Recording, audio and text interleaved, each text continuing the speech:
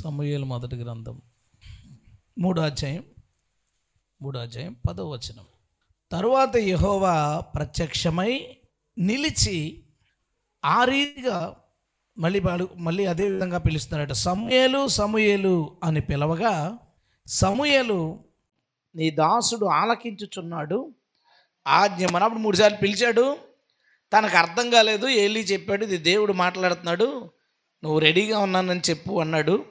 అలాగే యెహోవా ప్రత్యక్షమై నిలిచి, ఈసారి పిలిచి ఆగిపోకుండా నిలిచి సమూయేలు సమూయేలు అని పిలవగా, సమూయేలు నీ దాసుడు ఆలకించుచున్నాడు ఆజ్ఞ ఇమ్మనెను. ఇంకో వచనం కూడా చూద్దాం. 19వ వచనం 3వ అధ్యాయమే. సమూయేలు పెద్దవాడు కాగా యెహోవా అతనికి తోడై ఉన్నందున అతని మాటల్లో ఏదియూ తప్పిపోలేదు. కాబట్టి సమూయేలు యెహోవాకు ప్రవక్తగా స్థిరపడినని దాను మొదలుకొని బెయేర్షెబా వరకు ఇశ్రాయేలు అందరూ తెలుసుకునేది. మరియు షిలోహులో యెహోవా మరల దర్శనమిచ్చుచుండెను. షిలోహులో యెహోవా తన వాక్కు చేత సమూయేలుకు ప్రత్యక్షమగుచూ వచ్చెను. సమూయేలు మాట ఇశ్రాయేలు అందరిలో వెల్లడి ఆయను అన్నాడు. ఆ దినముల్లో యెహోవా వాక్కు ప్రత్యక్షమగుట అరుదు. అలాంటి అరుదైన సందర్భంలో సమూయేలుతో సమూయేలు సమూయేలు అని దేవుడు పిలిస్తే, ప్రభా నీ దాసుడినైన నేను సిద్ధంగా ఉన్నాను, ఏం కావాలి చెప్పు అని అడిగాడు. చదివినప్పుడు మామూలుగానే సింపుల్గానే కనబడుతుంది. తర్వాత వచనాలు మనం ఎందాక చదివిన 19వ వచనం నుంచి చదివితే, సమూయేలుకి దేవుడు తోడుగా ఉన్నందున ఏ ప్రవచనం చెప్పినా జరిగిపోతుందట. ఏం చెప్పినా అది మాట తప్పకుండా, మాట అన్నాడంటే అది జరిగిపోతుంది. షిలోహులో మరల యెహోవా దర్శనమిచ్చుచుండెను. ఆ ప్రాంతంలోంచి ప్రభు మాట్లాడేవాడు. అక్కడున్న మందసం వీటన్నిటిలోంచి ప్రభు అక్కడి నుంచి ఎవరో ఒక ప్రవక్త ద్వారా, యాజకుల ద్వారా ఎవరో ఒకరితో మాట్లాడేవాడు. కానీ మాట్లాడలేదు. ఇప్పుడు మళ్ళీ మాట్లాడడం మొదలుపెట్టాడంటే ఎలాగంటే, సమూయేలుకి యెహోవా వాక్కు ప్రత్యక్షమగుట ద్వారా షిలోహులో నుంచి మరలా యెహోవా వాక్కు జనులకు వినిపించే పరిస్థితి ఏర్పడింది. దేవునికి స్తోత్రం, హల్లెలూయా. ఇది సింపుల్గా ఇలా ఉంటుంది కదా. దీన్ని బ్యాక్ స్టోరీ చూస్తే అప్పుడు అసలు ఈ మాటల యొక్క బలం ఏంటి, ఇది ఎంత ప్రభావం గలవి అనేవి అర్థమవుతాయి. దేవుడు మనుషులతో ఉంటానే ఉంటాడు, అది మనకు తెలుసు. ఆదాము అవ్వల్ని బయటికి గెంటేశాడు. కొన్ని రోజుల తర్వాత హనోకు పుట్టాడు. హనోకుతో దేవుడు నడిచాడు. హనోకు దేవుడితో నడిచాడు. మరలా అక్కడ భక్తులతో కొనసాగాడు. తర్వాత నోవాతో మాట్లాడాడు. మళ్ళీ గ్యాప్ వచ్చింది, మళ్ళీ అబ్రాముతో మాట్లాడాడు. మనం దేవుని స్వభావాన్ని చూస్తూ ఉంటే ఎలా ఉంటుందంటే, ఒక వ్యక్తితో లేదా ఒక సమూహంతో దేవుడు ఉండి ఏదో చేయాలని ప్రయత్నం చేస్తాడు. వాళ్ళు ఆయనకి వ్యతిరేకంగా తిరిగిపోయారు, ఆయన్ని ఇబ్బంది పరుస్తున్నారు, ఆయన్ని బాధపరుస్తున్నారు. అప్పుడు దేవుడు చిన్న గ్యాప్ ఇస్తాడు. ఎందుకంటే వాళ్ళు ఆయన వైపు తిరుగుతారేమో అని, గ్యాప్ ఇస్తాడు. గ్యాప్ ఇవ్వలేదనుకోండి, చూసి దేవుడు ఏం చేస్తాడంటే, దేవుడే మళ్ళీ వాళ్ళ దగ్గరికి వెళ్తాడు. ఉండలేడు. మారుతారని ఆలోచిస్తాడు, మారలేదు. వాళ్ళ పిల్లలు వచ్చారు, వాళ్ళకి అసలు ప్రభు తెలియని పరిస్థితి ఏర్పడింది. వాళ్ళ తల్లిదండ్రులు చేసిన పొరపాటుకి వీళ్ళు ఎందుకు ఇబ్బంది పడాలని మళ్ళీ వెళ్ళి ఆ సమూహం దగ్గర ఉంటాడు. ఇది చాలా ఆశ్చర్యంగా అనిపిస్తుంది. ఎన్నోసార్లు వదిలేసి ఇశ్రాయేలీని ఎన్నోసార్లు వదలాలంటే అర్థం ఏంటి? వదిలిన ప్రతిసారి పట్టుకుంటేనే కదా మళ్ళీ వదలడానికి ఉంటుంది. వదిలిసారి పట్టుకోకపోతే రెండోసారి వదలాల్సిన అవసరం లేదు. ఎన్నోసార్లు వదులుతాడు, తిరిగారా మళ్ళీ వెళ్తాడు. తిరగలేదనుకో మళ్ళీ తర్వాత జనరేషన్ దగ్గరికి వెళ్తారు. నేను మీ దేవుణ్ణి, మీరు ఎలా జీవించాలి, మీ ద్వారా నేను ఇది చేయబోతున్నాను అని. అంటే మనుషులకు దూరంగా దేవుడు ఉండలేడు. అయితే న్యాయాధిపతులు కొనసాగుతున్నప్పుడు సంసోను చనిపోయాడు. ఫిలిష్తీయులు అధికారం పెరిగిపోయింది. ఇశ్రాయేలు ఇబ్బంది పడుతున్నారు. వారు లోకంలో కలిసిపోయి వారికి నచ్చినట్టు బతుకుతున్నారు. దానివల్ల దేవుని యొక్క దీవెన వాళ్ళకి లేదు, సహాయం లేదు. తద్వారా కరువులు, రకరకాల ఇబ్బందులు వాళ్ళకి ఏర్పడి చెదిరిపోయేవారు, తర్వాత ఇబ్బంది పడ్డేవాళ్ళు ఇబ్బంది పడ్డారు. లోకంలో కలిసిపోయిన వాళ్ళు కలిసిపోయారు. ఇక ఎవరైనా దేవుడు మాట్లాడతాడని చూసినా దేవుడు మాట్లాడట్లేదు. దేవుడు మాట్లాడదామని అనుకుంటే దేవుని మాట తీసుకునే పర్సన్ లేడు అక్కడ. దేవుడు మాట్లాడదాం అనుకుంటే, ప్రభా ఏం మాట్లాడతావు నాకు చెప్పు, నేను ఉన్నాను రెడీగా, నాకు చెప్పు అని అడిగే వ్యక్తి లేడు. అలా వ్యక్తి లేనప్పుడు దేవుడు ఏం చేయగలడు? ఇంకా మనుషులందరూ వాళ్ళకి నచ్చినట్టు, అందుకని మనకి కనబడుతుంది కదా న్యాయాధిపతులు చివరి మాట ఇలా ఉంటుంది, ఆ దినముల్లో ఇశ్రాయేలుకి రాజు లేడు కనుక వారిలో ప్రతి ఒక్కరు వారికి నచ్చినట్లు జీవించుచున్నారు అన్నాడు. అంటే ఎవరికి నచ్చినట్టు వాళ్ళు బతికే పరిస్థితిలో దేవుడు వాళ్ళ దగ్గరికి వచ్చి కలగజేసుకుందాం అనుకున్నా ఏ అవకాశం దేవునికి దొరకలేదు. అలా దొరకకుండా 2 రోజులు, 3 రోజులు, 6 నెలలు, సంవత్సరం, 2 సంవత్సరాలు, 3 సంవత్సరాలు, 70 సంవత్సరాలు గడిచింది. 70 సంవత్సరాలు వెయిట్ చేశాడు. నేను నీ దాసుణ్ణి, ఏం చెప్పాలనుకుంటున్నావో చెప్పు అని అడిగేవాడి కోసం. నేను రెడీగా ఉన్నాను, నాకు చెప్పు, నేను చేస్తాను అనే ఒక పర్సన్ కోసం 70 సంవత్సరాలు వెయిట్ చేయాల్సి వచ్చింది ఇంచుమించు. ఏదైనా మనం దారి తప్పిపోయాం, అలాగ అడవిలోకి వెళ్ళిపోతున్నాం, ఎవడన్నా ఎదురుపడితే బాగుంటుందా ఈ రోడ్లో అని గంట చూడగలం, 2 గంటలు చూడగలం. ఆ తర్వాత ఎవడన్నా కనపడితే అమ్మయ్య దొరికాడురా బాబు అనుకుంటాం. ఓ 2 గంటలకో 3 గంటలకో ఒక పూటకో ఒక రోజుకో మనం అంత అమ్మయ్య అనుకుంటే 70 సంవత్సరాలకి ఒక పర్సన్, ఒక కుర్రోడు లేచి యెహోవా సెలవిమ్ము, నీ దాసుడు వినుచున్నాడు అనే ఒకడు కనబడినప్పుడు ఆయన ఆనందం ఎలా ఉంటుంది, ఆయన ఆనందం ఎలా ఉంటుంది. అందుకని దేవుడు ఏం చేశాడంటే, దేవుడైన యెహోవా సమూయేలును విడిచిపెట్టలేదు కనుక అతని నోటి మాటలో ఏది చెల్లకలేదు. హల్లెలూయా. అంటే దేవుడికి దొరికేశాడు, ఆయన కోరుకున్న వ్యక్తి దొరికేశాడు. ఒక గొప్ప శిల్పికారు ఉన్నాడు, చెక్కతో చాలా అద్భుతంగా చెక్కగలడు, నైపుణ్యం ఉంది, ఊహ ఉంది, అతని దగ్గర పనిముట్లన్నీ ఉన్నాయి. కానీ చెక్కడానికి ఒక చెక్కలేదు. ఏం చేస్తాడు అతను? ఏం చేయడానికి లేదు. ఆ చెక్క తనకు దొరికే వరకు ఆయన చేసేదేమీ లేదు. దేవుడు కూడా అంతే, ఆయన ఎంతో అద్భుతాలు చేయగలడు, ఎన్నో కార్యాలు చేయగలడు. కానీ ఆ మాట, ఇదిగో నేను రెడీగా ఉన్నాను, ఏం చెప్పాలనుకున్నావు చెప్పు, నేను రెడీగా ఉన్నాను అని అడిగే ఒక వ్యక్తి ఆయనకి దొరకకపోతే ఆయన చేసేదేం లేదు. అలా దొరికినప్పుడు ఆయన ఏం చేయగలడో కూడా సమూయేలు జీవితంలో చూపించాడు. హల్లెలూయా. ఎన్ని విషయాలు జరిగింది మనకు తెలుసు. సమూయేలు ఒక అద్భుతమైన ప్రవక్త, సమూయేలు అద్భుతమైన న్యాయాధిపతి, సమూయేలు 2 రాజుల్ని అతను అభిషేకించాడు. సమూయేలు కాలంలో ఇశ్రాయేలు క్షేమంగా ఉన్నారు, యుద్ధాల్లో గెలిచారు. దేవుని వాక్కు నిరంతరం ప్రత్యక్షమవుతూ వచ్చింది. దానితో పాటు సమూయేలు అభిషేకించిన దావీదు, సమూయేలు అంటే దేవుడు ఎలా మాట్లాడతారో ఏంటో తెలుసు సమూయేలుకి, భక్తిపరుడైన దావీదు, వీళ్ళిద్దరు కాంబినేషన్ ఏమైందో తెలుసా? సమూయేలు చచ్చిపోయినా దేవుని వాక్కు వస్తూనే ఉంది దావీదు కాలంలో. హల్లెలూయా. సొలొమోను కాలంలో దేవుని వాక్కు వస్తూనే ఉంది. అంతటి బలమైన వ్యక్తిగా దేవుడు సమూయేలుని చేశాడు. అయితే ఈరోజు సమూయేలు ఏం చేశాడు అనేది చెప్పాలనుకోవట్లేదు, అది కాదు నా సబ్జెక్టు. ఇలాంటి ఒక పర్సన్, ఒక 70 సంవత్సరాలు చల్లారిపోయినా, పాడైపోయినా, ఎందుకు పనికి రాకుండా అయిపోయిన ఒక సమూహం మరలా రివైవ్ అవ్వడానికి, మరలా ఉజ్జీవించబడ్డానికి, మరలా ఒక బలమైన మార్పు రావడానికి కారకుడైన ఒక ప్రోడక్ట్ వచ్చింది బయటికి. అతని పేరు సమూయేలు. ఇతను రావడానికి కారణాలు ఏంటి? ఇతడు ఏ కారణాల వలన ఇలాంటి ఒక వ్యక్తి రాగలిగాడు?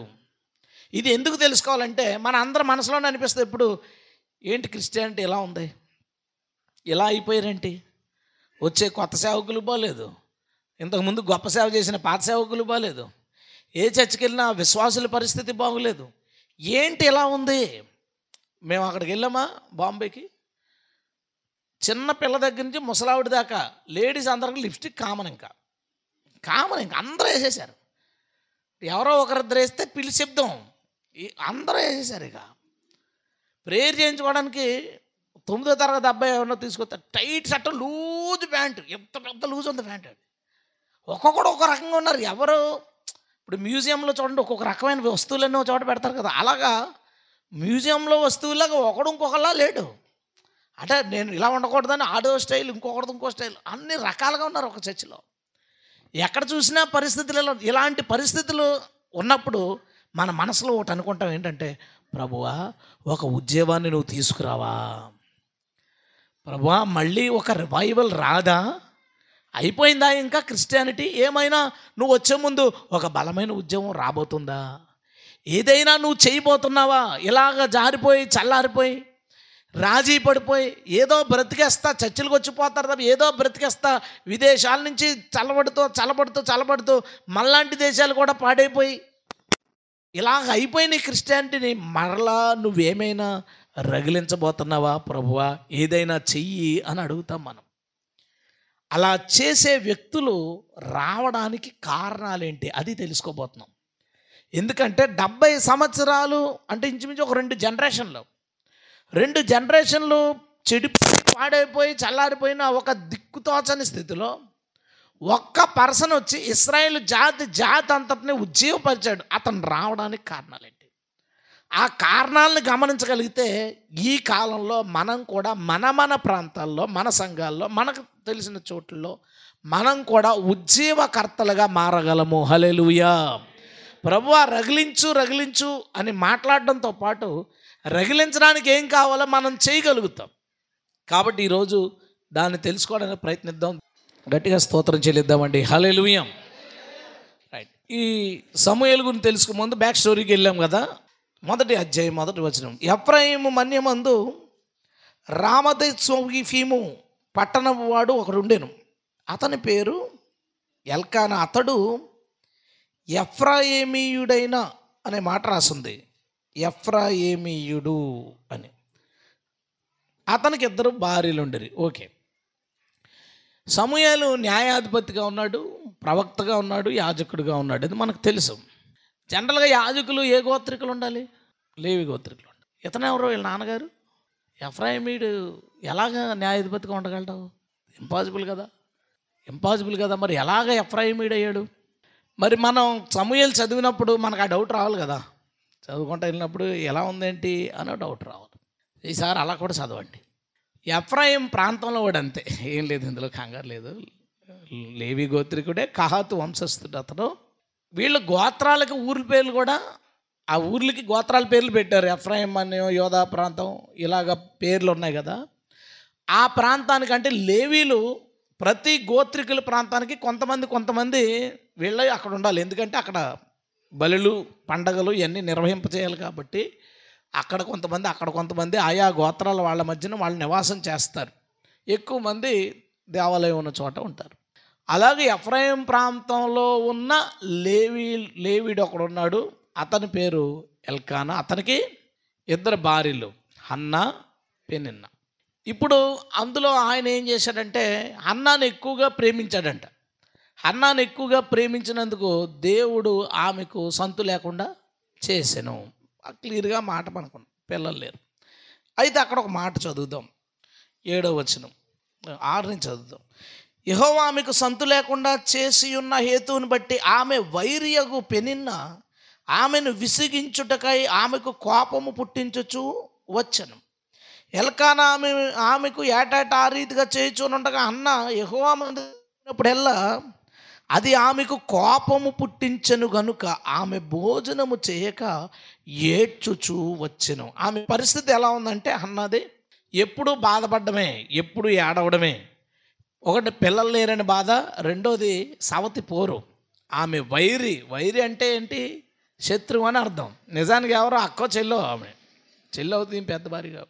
కానీ ఆమె శత్రువై పదే బాధపరుస్తుంది, ఏడిపిస్తుంది, చాలా దుఃఖంలో ఉంది. ఉన్నప్పుడు 8వ వచనం. ఆమె పెనిమిటి అయిన ఎల్కానా, హన్నా నీవెందుకు ఏడ్చుచున్నావు? నీవు భోజనము మానుటేయాలా? నీకు మనోవిచారం ఎందుకు కలిగినది? 10 మంది కుమారుల కంటే నేను నీకు విశేషమైన వాడను కానా అని ఆమెతో చెప్పుచూ వచ్చెను. ఇక్కడ ఎల్కానా ఒక పని చేస్తున్నాడు. ఏంటంటే ఏడుస్తున్నప్పుడల్లా హన్నా దగ్గరికి వెళ్ళి ఓదార్చి, నువ్వు బాధపడకు, నేను నీకు బిడ్డలాంటి కాదా, 10 మంది పిల్లలతో కుమారులతో నేను సమానం కాదా? ఇప్పుడు భర్త వేరు, బిడ్డ వేరు. కానీ ఇతను చెయ్యాలనుకున్న పని ఏంటంటే ఈమెను ఓదార్చాలి, ధైర్యపరచాలి. ఒకవేళ ఎల్కానా తిట్టుంటే పిల్లలు లేకుండా అయిపోయావు, మళ్ళీ పక్క నుంచి ఏడుపు ఒకటే, లోపం నాలో లేదు ఎందుకంటే నాకు పిల్లలు పుట్టారు, నీలోనే లోపం తిట్టుంటే అన్నా చచ్చిపోయి ఉండేది. ఏడా రివైవల్ చేసేవాడు ఎలా అవుతాడు? అర్థమైందని నేను చెప్పింది. ఒక ఉద్యమం రావడానికి దాని వెనకాల ఒక పాయింట్ ఉంది. అదేంటంటే ప్రోత్సాహం. ఒక ప్రోత్సాహం ఉంది. ఈమె ప్రెగ్నెంట్ అయ్యి బిడ్డను పుట్టిన తర్వాత ఎల్కానా పద మనం బలి ఇవ్వడానికి వెళ్దాం అంటే ఆమె అంటది, నేను మొక్కుకున్నాను, ఈ బిడ్డను తీసుకెళ్తే అక్కడ వదిలేసి వచ్చేస్తాను తప్ప మళ్ళీ తీసుకురాను అంటే, అతను అంటాడు, నీ మనసుకు ఎలా అనిపిస్తే అలా చేయి, యెహోవా తన వాక్కును స్థిరపరచునుగాక. హల్లెలూయా. ఏమండి, యెహోవా తన వాక్కును స్థిరపరచునుగాక ఏంటి చూస్తారా మాట? 23వ వచనం, కాబట్టి ఆమె పెనిపుటమైన ఎల్కానా, నీ దృష్టికి ఏది మంచిదో అది చేయము, నీవు వానికి పాలు మాన్పించే వరకు నిలిచి ఉండము, యెహోవా తన వాక్యమును స్థిరపరచునుగాక. అసలు విషయం అసలు ఏమనాలి? యెహోవాకు నువ్వు ఇచ్చిన మాట స్థిరపరచుదుగాక. ఇక్కడే ఉంది, యెహోవా తన వాక్కును స్థిరపరచునుగాక. అనుకుని అన్నాడో అనుకోకుండా అన్నాడో ఓ మాట చెప్పాడు. ఏంటో తెలుసా? ఈయన్ని తీసుకెళ్ళి నువ్వు అక్కడ వదిలే, దేవుడు వాక్కు ఇశ్రాయేలు మధ్య స్థిరపడుతుంది. హల్లెలూయా. వచ్చేసింది అలాగే, యెహోవా వాక్కు స్థిరపరచబడింది. నన్ను అడిగి చెప్పావా నువ్వు? ఎందుకు అలా మొక్కుకున్నావు నువ్వు అన్నాడా? పోన్లే పని చేయి, ఏదో బల్లి ఇచ్చేద్దాంలే కుర్రోడు బదులు అనలేదు. తను అలా మొక్కుకుంది కదా, సర్లే. ఒక ఉద్యమం రావడానికి మన రిలేటివ్స్, మన పక్కన ఉన్న వాళ్ళు ఎవరిదో ఒక ప్రోత్సాహం అవసరం అవ్వచ్చు. చర్చిలో నువ్వు వింటున్నావు, వాక్యం వింటున్నావు, నువ్వు సువార్త చేయాలని అనుకున్నావు. సువార్త చేయాలి అని అనుకున్నప్పుడు ఏమంటే రేపు సువార్త చేద్దానికి వెళ్తావు. ఎక్కడికి వెళ్తావు? వాళ్ళ ఇంటికి వెళ్తావా? ప్రార్థన చేసుకుంటున్నాం కదా మనం, చాలులే ఎవరికి లేదు నీకెందుకు అన్నాడు అనుకోండి. అలా అంటే చాలు. ఈమె ద్వారా ఎవరిని దేవుడు వెలిగించాలనుకున్నాడో, ఈమె ద్వారా ఏ ప్రాంతంలో దేవుడు ఉద్యమం రగిలించాలనుకున్నాడో అది జరగదుక. ఉద్యమం అంటే ఏంటి? ఓ ప్రపంచం అంతా కుదిలిపోవడం కాదండి. ఉద్యమం అంటే ఒక వ్యక్తి దేవుని వైపు తిరుగుట. హల్లెలూయా. ఇప్పుడు లోకంలో ఉన్న మనుషులు ఎప్పుడన్నా చూడండి, బైబిల్ అంతా రివైవల్ అంటే ఏంటో తెలుసా? వాళ్ళు వాళ్ళ పనుల్లో బిజీగా ఉన్నారు. ఏదో ఒక ఇన్సిడెంట్ జరిగింది, ఎవరో ఒక వ్యక్తి వలన అక్కడున్న మనుషులు దేవుని తట్టు తిరిగారు. అదే ఉద్యమం. ఆ వ్యక్తి ద్వారా దేవుడు ఏం చేయాలనుకున్నాడో ఆ డిస్కరేజ్మెంట్ ఏదైతే ఉందో దానివల్ల అక్కడ ఆగిపోతుంది. ఆ భర్త పనికి వెళ్ళాడు, 1 రోజు 2 రోజులు పనిలో వెళ్ళాడు, 3వ రోజు సువార్తకి వెళ్ళడానికి ప్లాన్ చేసుకో, వెళ్ళడానికి వీల్లేదు అంటే, వెళ్ళొద్దు అని తల్లి అంటే, పిల్లలు ప్రభు పని మీద ఏమన్నా ముందుకు వెళ్తుంటే లేదు మీరు వెళ్ళొద్దు అని తండ్రి ఆపితే, సింపుల్ అండి. వాళ్ళ ద్వారా ఏదో చేయాలని అనుకున్నాడు, అది ఆగిపోద్ది. ఏదో ప్లాన్ చేసుకున్నాడు, అది ఆగిపోద్ది. చాలా సింపుల్, అది చాలా సింపుల్. ఇమేజ్ చేసేవాళ్ళు ఉన్నారు, వర్క్ చేసేవాళ్ళు. నేను ఇది చెప్పేది ఏంటంటే, దేవుడు మాట్లాడితే చేసేవాళ్ళ గురించి. అందరు చేస్తున్నారు కాబట్టి చేసేవాళ్ళు చేయొచ్చు, మానేచ్చు, అది మీ ఇష్టం. దేవుడు ప్రేరేపించాడు, ఇమేజో వీడియోయో లేదా ఇంకొకటి చేయాలనుకుంటున్నప్పుడు ఆ వర్క్ కనిపించే అంత ఈజీ కాదు. ఆ సబ్జెక్ట్ కోసం రిఫరెన్స్లు ఎత్తుకోవాలి, చూసుకోవాలి, ప్రిపేర్ అవ్వాలి, దాన్ని రెడీ చేయాలి, కలర్లు మార్చాలి, డిజైన్లు మార్చాలి, దాన్ని అంతా సెటప్ చేయాలి. ఇంత చేయాలనుకున్నప్పుడు గుమ్మం తొడలేకపోవచ్చు, అత్త ఊరుకుంటుందా? వంట సరిగ్గా చేయలేకపోవచ్చు, పిల్లోడు ఊరుకుంటాడా? బట్టలు సరిగ్గా మడత పెట్టకపోవచ్చు, భర్త ఊరుకుంటాడా? ఊరుకున్నప్పుడే ఆ వ్యక్తి ద్వారా ఉద్యమం బయటకు వస్తుంది. హల్లెలూయా. లేకపోతే రాదు. నువ్వు ఇదెందుకు చేయలేదు, అదెందుకు చేయలేదు అని భర్త అడిగినా, భార్య అడిగినా, పిల్లలన్నా, ఏమన్నా ఆ పర్సన్ ద్వారా దేవుడు ఏం చేయాలనుకున్నాడు ఇది జరగదు. క్రిస్టియానిటీలో ఎక్కువ సమస్య ఇదే. ఉద్యోగకర్తలు ఇళ్లలో ఉంటారు, ఇళ్లలోనో ఇలా చర్చిలో ఇక్కడెక్కడ ఇలాగే ఉంటారు. వీళ్ళ ద్వారా దేవుడు ఒక 10 మందినో 20 మందినో ఎవరినో వెలిగించాలని దేవుడు అనుకుంటాడు. ఆ వెలిగించాలని దేవుడు అనుకున్నప్పుడు ఆ పక్కన వాళ్ళు దాన్ని ఆర్పేస్తారు. ఎప్పుడు ఉద్యమం వస్తుంది? ఎందుకు వస్తుంది? దేశ పట్టాలు ఎదుర్కొంటా పడేసుకుని ప్రభువా భారతదేశాన్ని మార్చే, ప్రభువా ఇదిగో ప్రపంచాన్ని మార్చే అంటే రాదు. ఉద్యమం అలా రాదు. ప్రార్థించాలి, ఓకే, అది పక్కన పెట్టాం. మనం ఏం చేస్తున్నాం దానికి? ఆ ఉద్యమం రావడానికి మనం ఏం చేస్తున్నాం? ఒక పని దేవుడు ప్రేరేపించిన దానికి మనం పక్కన ఉన్న వాళ్ళము, దానివల్ల మనం ఇబ్బంది పడవచ్చు. ఆ పిల్లని మన మీద వదిలేస్తుంది, ఇబ్బంది పడవచ్చు, సరిగ్గా టేస్ట్గా ఉండకపోవచ్చు, జరగని అన్ని ఫెసిలిటీస్ కరెక్ట్గా లేకపోని రివైవల్ మాత్రం వస్తుంది. హల్లెలూయా. మాకు అన్నీ పర్ఫెక్ట్గా ఉండాలి, ఉద్యోగం కూడా రావాలంటే ఇంకా అది వదిలే, నువ్వు అవదు. అది ఇప్పుడు నువ్వు ఆలోచించి అసలు ఎల్కానా రివర్స్ అయిపోయి ఉంటే హన్నాకి ప్రెగ్నెంట్ అవ్వకముందు రివర్స్ అయితే ఆత్మహత్య చేసుకుని చచ్చిపోనేమో. బిడ్డ పుట్టిన తర్వాత రివర్స్ అయిపోయి ఉంటే సమూయేలు వీళ్ళ ఇంట్లోనే పెరుగుదురు, ఇంకేమీ లేదు, అసలు ఆ రివైవలే లేదు. అది రావడానికి ఒక చిన్న ఎంకరేజ్మెంట్ అండి, చిన్న ఎంకరేజ్మెంట్. మీ పక్కన ఉన్న వాళ్ళు, మీ తోటి వాళ్ళు దేవుని కోసం ఏదైనా చెయ్యాలని అనుకున్నప్పుడు, ఏదైనా రాయాలనుకున్నప్పుడు, మీరు ఒక చోట ట్రై చేసి రావలేదు, ఇంకో ట్రై చేసుకోండి. మీకు మీ పక్కన వాళ్ళు చేస్తున్నప్పుడు మీరు చెయ్యగలిగిన సహకారం వారికి అందజేయండి. మీరు ఇవ్వాల్సిన ప్రోత్సాహం వాళ్ళకి ఇవ్వండి. నేను అక్షయ్తో నీకు నేను టచ్ ఫోన్ కొన్నాం అన్న, 10th అయిపోయేదాకా మాట్లాడొద్దు నువ్వు అన్న. వీడు 8thలోనో ఎప్పుడో స్టార్ట్ చేసాడు మినిస్ట్రీ. ఏ క్లాస్ నువ్వు అప్పుడు? 8th. అప్పుడు అవసరమైంది. వాళ్ళ అమ్మ ఫోను లేదా ఒకసారి నా ఫోను వాడుతుంటే ఇది కరెక్ట్ కాదు, మినిస్ట్రీ సరిగ్గా జరగదని నేను వెంటనే కొనిచ్చాను. ఆ చిన్న ప్రోత్సాహం ఇన్ని సంవత్సరాలు ఆ మినిస్ట్రీ కొనసాగుతుంది. హల్లెలూయా. చేసింది పెద్దదేం కాదు, కానీ అక్కడ అది అవసరం. అది నాకు ఇష్టం లేదు అంటే అది ఇప్పుడు ఎందుకు ఆండ్రాయిడ్ ఎందుకు అని ఆలోచించాను, కానీ అది అక్కడ అవసరం. ఆ చిన్న ప్రోత్సాహం పెద్ద మినిస్ట్రీ అయ్యింది, అది అయ్యింది, కొనసాగుతుంది. మనం ఆలోచించుకుంటే చూడండి, జస్ట్ ఎవరో ఏదో రాద్దాం అనుకున్నప్పుడు మనం బయటికి వెళ్ళినప్పుడు ఒక బుక్కు 2 పెన్నులు తెచ్చివ్వండి వాళ్ళకి, అది ఎంత ఎంకరేజ్మెంట్గా ఫీల్ అవుతారు. మనం ఒక చిన్న ప్రోత్సాహం, మనం చేయలేము దాన్ని. ఎల్కానా ఉజ్జీవం తేలాడు, కానీ ఉజ్జీవాన్ని తెచ్చే సమూయేలుని తేగలడు. దేవుని స్తోత్రం.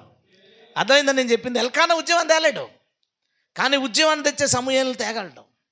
అది ఎలా జరిగిందంటే చిన్న ఎంకరేజ్మెంట్ అంతే. సరే చెయ్యి, సరే నేను ఉన్నాను కదా, నువ్వు కంగారు పడు, బాధపడికి, ఏంటి ఇప్పుడు ఇది అవసరమా, సరే ఇది చేద్దాం, ఇది అవసరమా, ఇది చేద్దాం.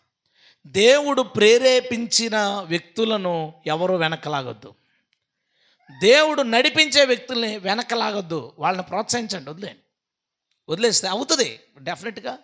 దేవుడు అనుకున్నది అతని ద్వారా ఎంత చేయాలనుకున్నా అంత వద్దు. ఒక విషయం గుర్తుపెట్టుకో, దేవుడు ఒక వ్యక్తిని పిలిచాడు అంటే సామాన్యమైన పనికి పిలడు, సామాన్యంగా వాళ్ళని వాడుకోడు. హల్లెలూయా. ఇప్పుడు మనం ఇదంతా చూసి క్రిస్టియానిటీని బోల్డ్ మంది ఇమెయిల్ చేసేవాళ్ళు ఉన్నారు, వాక్యం చెప్పేవాళ్ళు ఉన్నారు, సువార్త చెప్పేవాళ్ళు ఉన్నారు, బైబిల్ కాలేజీలో వాక్యాలు చెప్పేవాళ్ళు ఉన్నారు, ఎంతమంది ఉన్నారా బాబు అని అలా అనుకోవద్దు.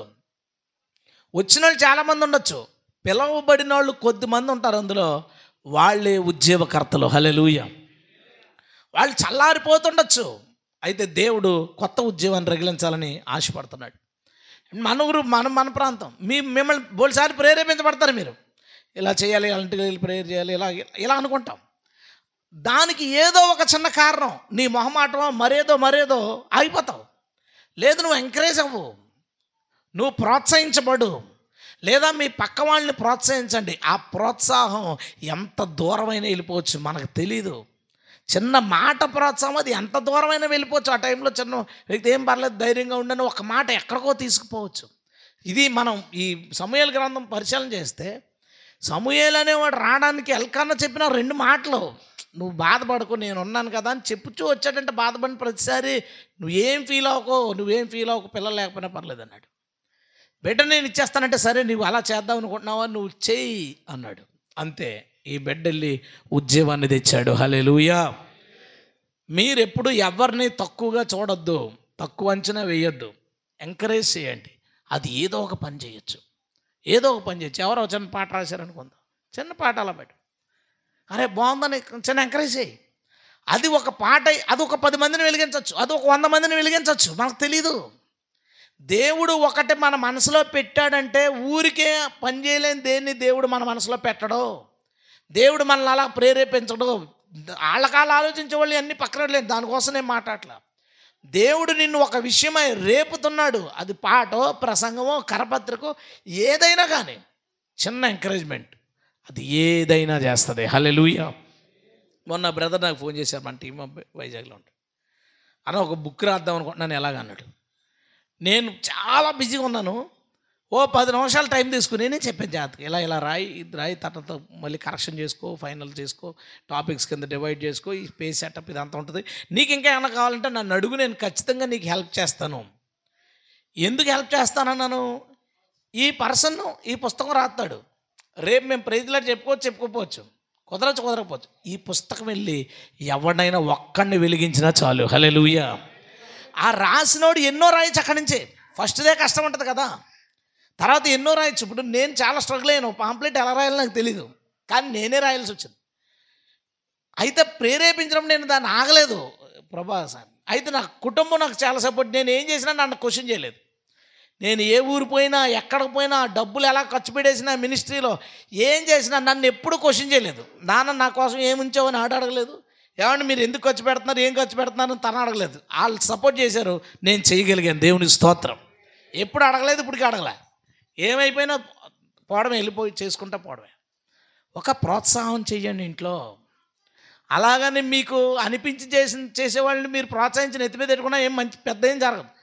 ఆ వ్యక్తికి దేవుడు మాట్లాడాడా, ఓకే, చేస్తున్న పనులు ఓకే, సపోర్ట్ చేయండి. ఆ సపోర్ట్ ప్రతి ఒక్కరిలో జరగాలి. జరిగిన చోట చిన్నదే ఒక బలమైన ఉద్యమం అవుతుంది. హల్లెలూయా.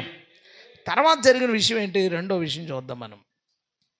ఈమె చాలా బాధేసింది. ఈమెకి బాధేసి దేవాలయానికి వెళ్ళిపోయింది.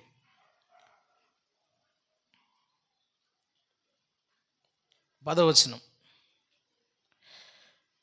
బహుదుఃఖాక్రాంతురాలై వచ్చి యెహోవా సన్నిధిని ప్రార్థన చేయుచు బహుగా ఏడుస్తుంది. ఏడ్చి ప్రభుతో మాట్లాడుతుంది, నాకు పిల్లలు ఈ ప్రభు అని. 15వ వచనం.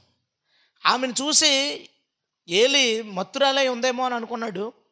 అయితే ఆమె అంటుంది, అది కాదు నా ఏలిని వాడా, నేను మనోదుఃఖము గలదాన్నై ఉన్నాను. నేను ద్రాక్షారసమునైనను మద్యమునైనను పానము చేయలేదు, కానీ నా ఆత్మను యెహోవా సన్నిధిని కుమ్మరించుకొనుచున్నాను అంతే. ఆమె ఏం చేసిందంటే మనోదుఃఖము గలదై ఆమె ఆత్మను యెహోవా సన్నిధిని కుమ్మరించుకుంటుంది. పైకి చెప్పకుండా లోపల ఏడుస్తుందంట. దేని గురించి? పిల్లలు. ఇంకే థాట్ లేదు ఆమెకి. ఆమెకున్న ఒకే ఆశ, ఆలోచన, లక్ష్యం ఏమన్నా ఉంటే తనకి పిల్లలు కావాలి. అది తన ఆత్మని యెహోవా సన్నిధిలో కుమ్మరించుకుంటుంది. ప్రభువా నాకు బిడ్డ కావాలి, నా మనస వాచ నేను కోరుకునేది ఇదే, నాకు కావాలి బిడ్డ అని అడుగుతుంది. అడిగి ఏడుస్తూ మనోవేదంతో ప్రార్థన చేస్తుంది. ఒక మాట మీకు చెప్తాను. మళ్ళీ చాలామంది కోరుకుంటాం కదా, ఉద్యమం రగలాలి ప్రభా, ఖచ్చితంగా ఒక రివైవల్ రావాలి, ఇలా ఉండకూడదు క్రిస్టియానిటీ. నిజం, ఇలా ఉండకూడదు. ఇది కాదు దేవుడు కోరుకున్న క్రిస్టియానిటీ, ఇది కాదు. ఇది ప్రపంచాన్ని ఏ ప్రభావితం చేయలేదు, ఏ అన్ని జనుల్ని ప్రభు వైపు తిప్పలేదు. ఇది కాదు దేవుడు కోరుకున్నది. అయితే ఒక ఖచ్చితంగా మార్పు, ఒక ఉద్యమం రావాల్సిందే. డెఫినెట్గా రావాలంటే ఏంటి, రావాలంటే ఏం చేయాలి? ఒక వ్యక్తి ఉద్యమం కావాలని మనోవేదనతో ఏడవాలి. తన ఆత్మను కుమ్మరించుకోవడం అంటే అర్థం ఏంటి? పూర్తిగా అదే కోరుకున్నాడు. ప్రభువా నువ్వు ఎలాగైనా ఉద్యమాన్ని తీసుకురా ప్రభా. ఊరికినే ప్రార్థన చేయడం కాదు. నేను అన్నాను కదా, ప్రపంచ పట్ట తిరుగుంటే పెట్టుకుని ప్రభా ఇదిగో 200 దేశాల కోసం ప్రార్థన చేస్తున్నాం, అయిపోయింది. ప్రభు ఇదిగో భారతదేశంలో 29 రాష్ట్రాల గురించి ప్రార్థన చేస్తున్నాం, ఇదిగో 5 కేంద్ర పాలిత, నాకు లిస్ట్ తెలీదు, ఏమనుకోకండి. జిల్లాల కోసం ప్రార్థన చేస్తున్నాను, మా ప్రాంతంలో ఇన్ని మండలాల కోసం ప్రార్థన చేస్తున్నాను, అయిపోయింది. అది మార్పు వస్తుందా? ఎన్నో సంవత్సరాల నుంచి చేస్తున్నారు ఈ ప్రార్థనలు. ఎందుకు రాలేదు రివైవల్? ఎందుకు రాలేదంటే ఒక వ్యక్తి మనోవేదనతో చేయాలి. ఉద్యమం రావడానికి ఒక వ్యక్తి ఏడవాలి, కేక పెట్టాలి, మొరపెట్టాలి, ప్రభా నువ్వు చెయ్యి అని అడగాలి. అలా అడిగినప్పుడు అతని ప్రార్థనకు ఒక విలువ ఉంటుంది. అతడు వెలిగించగలుగుతాడు. దేవునికి స్తోత్రం. వెలిగించగలుగుతాడు. నేను 2011 ఆ ప్రాంతంలో ఇక మీటింగ్లు బాగా తిరిగేశాను. 2010, 2011 తెగ పిలిచేశారు మీటింగ్స్కి. తిరిగినప్పుడు క్రిస్టియన్స్ని, పాస్టర్స్ని, వీళ్ళ గొడవలు, వీళ్ళ స్వార్థాలు, వీళ్ళ కొట్లాట్లు, తర్వాత ఈ పెద్దల హయాములు, ఈ ఎలక్షన్లో కొట్టుకోవడాలు, ఇవన్నీ చూసి ఎంత బాధేసేదంటే, ఎంత తెగేసేసేవాడిని. మామూలు కాదు. నాకు గుర్తొచ్చినప్పుడు అవి కంటికి కనబడినప్పుడు ఏడుపు వచ్చేసేది. ఇలా ఉందేంటి 2011 చివరి నాకు గుర్తు బాగా. నేను అడుగుతున్నాను, ప్రభా నువ్వు ఏదో ఒకటి చేయి ప్రభా, ఎవరినో కానీ పంపించు ప్రభా, ఎవరో ఒకరు పెద్దోళ్ళని నువ్వు తీసుకురా ప్రభా, నీకు బోల్డ్ మంది ఉన్నారు కదా, నువ్వు ఎవరో ఒకరితో మాట్లాడి నువ్వు చేయి ప్రభా. కొన్ని రోజులు ఏడవగా నిజంగా చాలా బాధ ఉండేది. నాకు ఇప్పుడు అది గుర్తొచ్చి నేను దీన్ని ధ్యానం చేస్తుంటే తెల్లవారుజామున అలా ఏడ్చేవాడిని. కాబట్టి కొంత పని చేయగలిగాం. ఇప్పుడు ఆ మనోవేదన లేక ఒకవేళ అంత ఉద్యమాన్ని లేకపోతున్నామేమో. అంత మనోవేదన ఉంటే అది ఇంకా చాలా గట్టిగా జరుగుతూ ఉన్నాయి వేదనలు, కానీ ఇంకా వేదన ఉంటే ఇంకా గట్టి ఉద్యమం. ఎందుకంటే ఆడికి జీవితం అదే. తనకు రివైవల్ రావాలి అనేది ఒక తపన ఉన్నప్పుడు దానికోసం ఏదో ఒకటి చేస్తాడు. నేను ఏడ్చి అడుగుతుంటే ప్రభు ఒక మాట చెప్పాడు, నువ్వు ప్రారంభించు, నేను దాన్ని ముగిస్తాను. హల్లెలూయా. ప్రారంభించాను 2012లో. ఎన్ని సమస్యలు, ట్రాక్స్, అసలు మెయిన్ డ్యాన్సుల కోసం ఎన్ని తిట్లు బాబో. నేటి నాట్యాలు వాక్యానుసారమని ఒక పాంప్లెట్ రాశాను. ఎన్ని రకాల క్రైస్తవ తిట్లు ఉంటాయి అన్నీ తినేసాను నేను. క్రైస్తవ తిట్లు తెలుసు కదా, బూతు లేకుండా తిట్టచ్చు. ముష్కరుడా, మూర్ఖుడా, దరిద్రుడా, దుర్మార్గుడా, ఎలాంటి ఎన్నో తిట్లు ఉంటాయి, బూతు లేకుండా తిట్టచ్చు. అన్ని రకాల పాత నిబంధన కొత్త నిబంధన తిట్లన్నీ తినేసాను నేను. కానీ అద్భుతం, డ్యాన్స్లు ఎగిరిపోయినాయి. దేవుని స్తోత్రం. ఇప్పుడు ఎక్కడైనా డ్యాన్స్ చేస్తుంటే ఏంటి ఇంకా డ్యాన్స్లు ఉన్నాయా అనుకుంటున్నారు చాలామంది. ఎగిరిపోయింది అది. అప్పుడు ఇది మస్ట్. డ్యాన్స్ లేకుండా ఏంటి, ఇప్పుడు థమ్స్అప్ లేకుండా బిర్యానీ పార్టీ ఏంటి అన్నట్టు ఉండేది అప్పుడు డ్యాన్స్. అలాంటిది అది ఎగిరిపోయింది. ఆ రోజు ప్రారంభించినప్పుడు అది చాలా నన్ను ఇబ్బంది పెట్టారు అందరూ. కానీ ఒక వ్యక్తి అంటే నాకు అర్థమైంది, అది ఒక వ్యక్తి దేనికోసమైతే ఒక ఉద్యోగం కోసం ఏడుతాడో, ఆ ఉద్యోగం రావాలని బాధపడతాడో, ప్రభువా నీ సంఘం ఎలా ఉందంటే అని మొరపెడతారో, దేవుడు ఒక కార్యం చేస్తాడు. హల్లెలూయా. ఇలా ఉన్నారేంటి అని కోపం వచ్చినప్పుడు, విసుగు వచ్చినప్పుడు, చికాకు వచ్చినప్పుడు ఉద్యోగం రాదు. బహుశా నువ్వు అనుకోవచ్చు మన మట్టికి మనమన్నా కరెక్ట్గా ఉందామని, లేదా ఎవడో కరెక్ట్గా లేడు మనం ఎందుకు ఎలా ఉండడం అని అనుకోవచ్చు. ఉద్యోగం మాత్రం రాదు. దేవుని సంఘం గురించి ఏడ్చేవాళ్ళు ఉంటారు చూసావా, వారు మాత్రమే ఉద్యమాన్ని తేగలరు. హల్లెలూయా. ప్రతిరోజు నువ్వు నిజంగా కోరుకుంటే, ఇది ఇలా వద్దు ప్రభా, 300 కోట్ల మంది క్రైస్తవులు ఉన్నాం, ఇదే భూమి మీద 300 కోట్ల మంది క్రైస్తవులు ఉన్నా ఉగ్రవాదం ఉంది, మతోన్మాదం ఉంది, వ్యభిచారం ఉంది, దొంగతనాలు ఉన్నాయి, పురుషుడు పెళ్లి చేసుకుంటున్నారు, స్త్రీలు పెళ్లి చేసుకుంటున్నారు, విడాకులు ఉన్నాయి. ఈ ప్రభువుకి నచ్చని ప్రతిదీ ఇదే భూమి మీద ఉంది. 300 కోట్ల మంది మనం ఉన్నా ప్రభువుకి నచ్చని పనులన్నీ భూమి మీద ఉన్నాయి. ఇంకా దారుణం ఏంటంటే ప్రభువుకి నచ్చని పనులన్నీ ఈ 300 కోట్ల మందిలో ఉన్నాయి. ఫారినర్స్ సినిమాలు రిలీజ్ చేసేటప్పుడు మన సైడ్ సినిమాలు పండగ ఏమని దసరా సంక్రాంతి పండుగ సందర్భంగా ఇలా రిలీజ్ అవుతాయి, లేదా వేసవి సెలవుల సందర్భంగా. ఫారెన్ల సినిమాలు క్రిస్మస్ సందర్భంగా అని రిలీజ్ అవుతాయి. ఇన్ దిస్ డిసెంబర్ అని రాస్తాడు. కొన్ని డిసెంబర్ 25th రిలీజ్ చేసుకుంటాడు, కొన్ని డిసెంబర్లో రిలీజ్ చేస్తాడు. ఎందుకు అంటే క్రిస్మస్ అందరికి సెలవులు ఉంటాయి, అందరూ వచ్చి సినిమాలు చూస్తారు. అత్యంత ఎక్కువ మద్యం అమ్ముడిపోయేది, ప్రాస్టిట్యూషన్ జరిగేది డిసెంబరు, జనవరి. Christmas season. లాస్ట్ ఇయర్ నేను దీని మీద వర్క్ చేస్తుంటే ఆశ్చర్యపోయాను. కనీసం ఈ నెల అయినా ఎవడైనా పరిశుద్ధంగా ఉంటాడేమో అనుకున్నాను నేను. అందుకు చదివాను నేను సీజనబుల్ భక్తులు వచ్చేసారని అందులోంచి పాయింట్ వాడదామని. డిసెంబర్లో మంది ఎంత కొంటున్నారు ఫారెన్లో, మిగతా రోజుల్లో ఎంత జరుగుతున్నారు, డిసెంబర్లో ఈ ప్రాస్టిట్యూట్స్ రేట్స్ ఎలా ఉన్నాయి, మిగతా రోజుల్లో రేట్లు ఎలా, ఇవన్నీ చూస్తే డిసెంబర్లో డిసెంబర్లో ఎక్కువ మంది. బుర్రపోయింది నాకు. ఆ నెల కూడా దాన్ని వాళ్ళు అలా వాడుకున్నారు. ఇదా దేవుడు కోరుకున్నది. ఆ లెక్కలు చూసినప్పుడు కళ్ళ నీళ్ళు వచ్చినాయి. ఏం జరుగుతుంది? ఆయన పుట్టిన సందర్భం ఇదిగో, మీ అందరి పాపాలని తొలగించడానికి వచ్చిన రక్షకుడు అంటే పాపాలు చేయమని ఆ నెల చూడండి. అది ఆ నెల అంతా పాపాలు చేయడానికి వాడుకున్నారంటే ఇదంతా తలుచుకున్నప్పుడు మనం అనుకుంటున్నాం కదా, అందుకే రివైవల్ రాలేదు. అయ్యో ప్రభా ఇలా ఉండొద్దు తండ్రి, నువ్వు ఏదో ఒకటి చేయి ప్రభా, ఏదో ఒక మార్పు రావాలి ప్రభా మా సమాజంలో అని ఏడ్చుతారు చూసారు. ఆ ఏడ్చేవాడు మాత్రమే ఉద్యమాన్ని రగిలించగలడు. హల్లెలూయా. అలా ఏడ్చే వాళ్ళగా మనం మారిపోవాలి. సంఘంలో ఏమైనా దారుణాలు చూస్తే అయ్యో అని ఏడుపు రావాలి. అయ్యో ఏంటిది ప్రభా, నువ్వు ప్రాణం పెట్టి కొనుక్కున్న సంఘంలో ఏంటి ప్రభా ఇది, ఇలా జరుగుతుంది ఏంటి ప్రభా? ఆ వేదన మనలోకి వచ్చినప్పుడు మనము డెఫినెట్గా ఒక ఉద్యమాన్ని తేగలుగుతాం. మీరు ఏదైనా దేవుని కోసం చేయాలనుకున్నప్పుడు చేయాలి కదా అని చేయడము, స్టార్ట్ చేసాం కదా అని చేయడం అలా చేయొద్దు. ఒక పని చేసేటప్పుడు ఒక చిన్న ఇమేజ్ కావచ్చు, ప్రార్థన చేసుకుని ప్రభువా చల్లారిపోయిన నీ సంఘంలో కొద్ది మందిలోనైనా ఒక మార్పు తేడానికి, ఒక చిన్న ఉద్యమం తేడానికి ఈ ఇమేజ్ వాడుకో. హల్లెలూయా. ఈ ప్రసంగాన్ని వాడుకో. హల్లెలూయా. నువ్వు ఎందుకు ఆ ప్రసంగం, ఒక వ్యక్తిని రగిలించలేని ప్రసంగం, ఒక వ్యక్తిని ఆలోచింపజేయలేని ఒక ఇమేజ్, ఒక వ్యక్తిని ప్రభు వైపు తిప్పని ఒక ఆర్టికల్ ఎందుకు క్రిస్టియానిటీకి?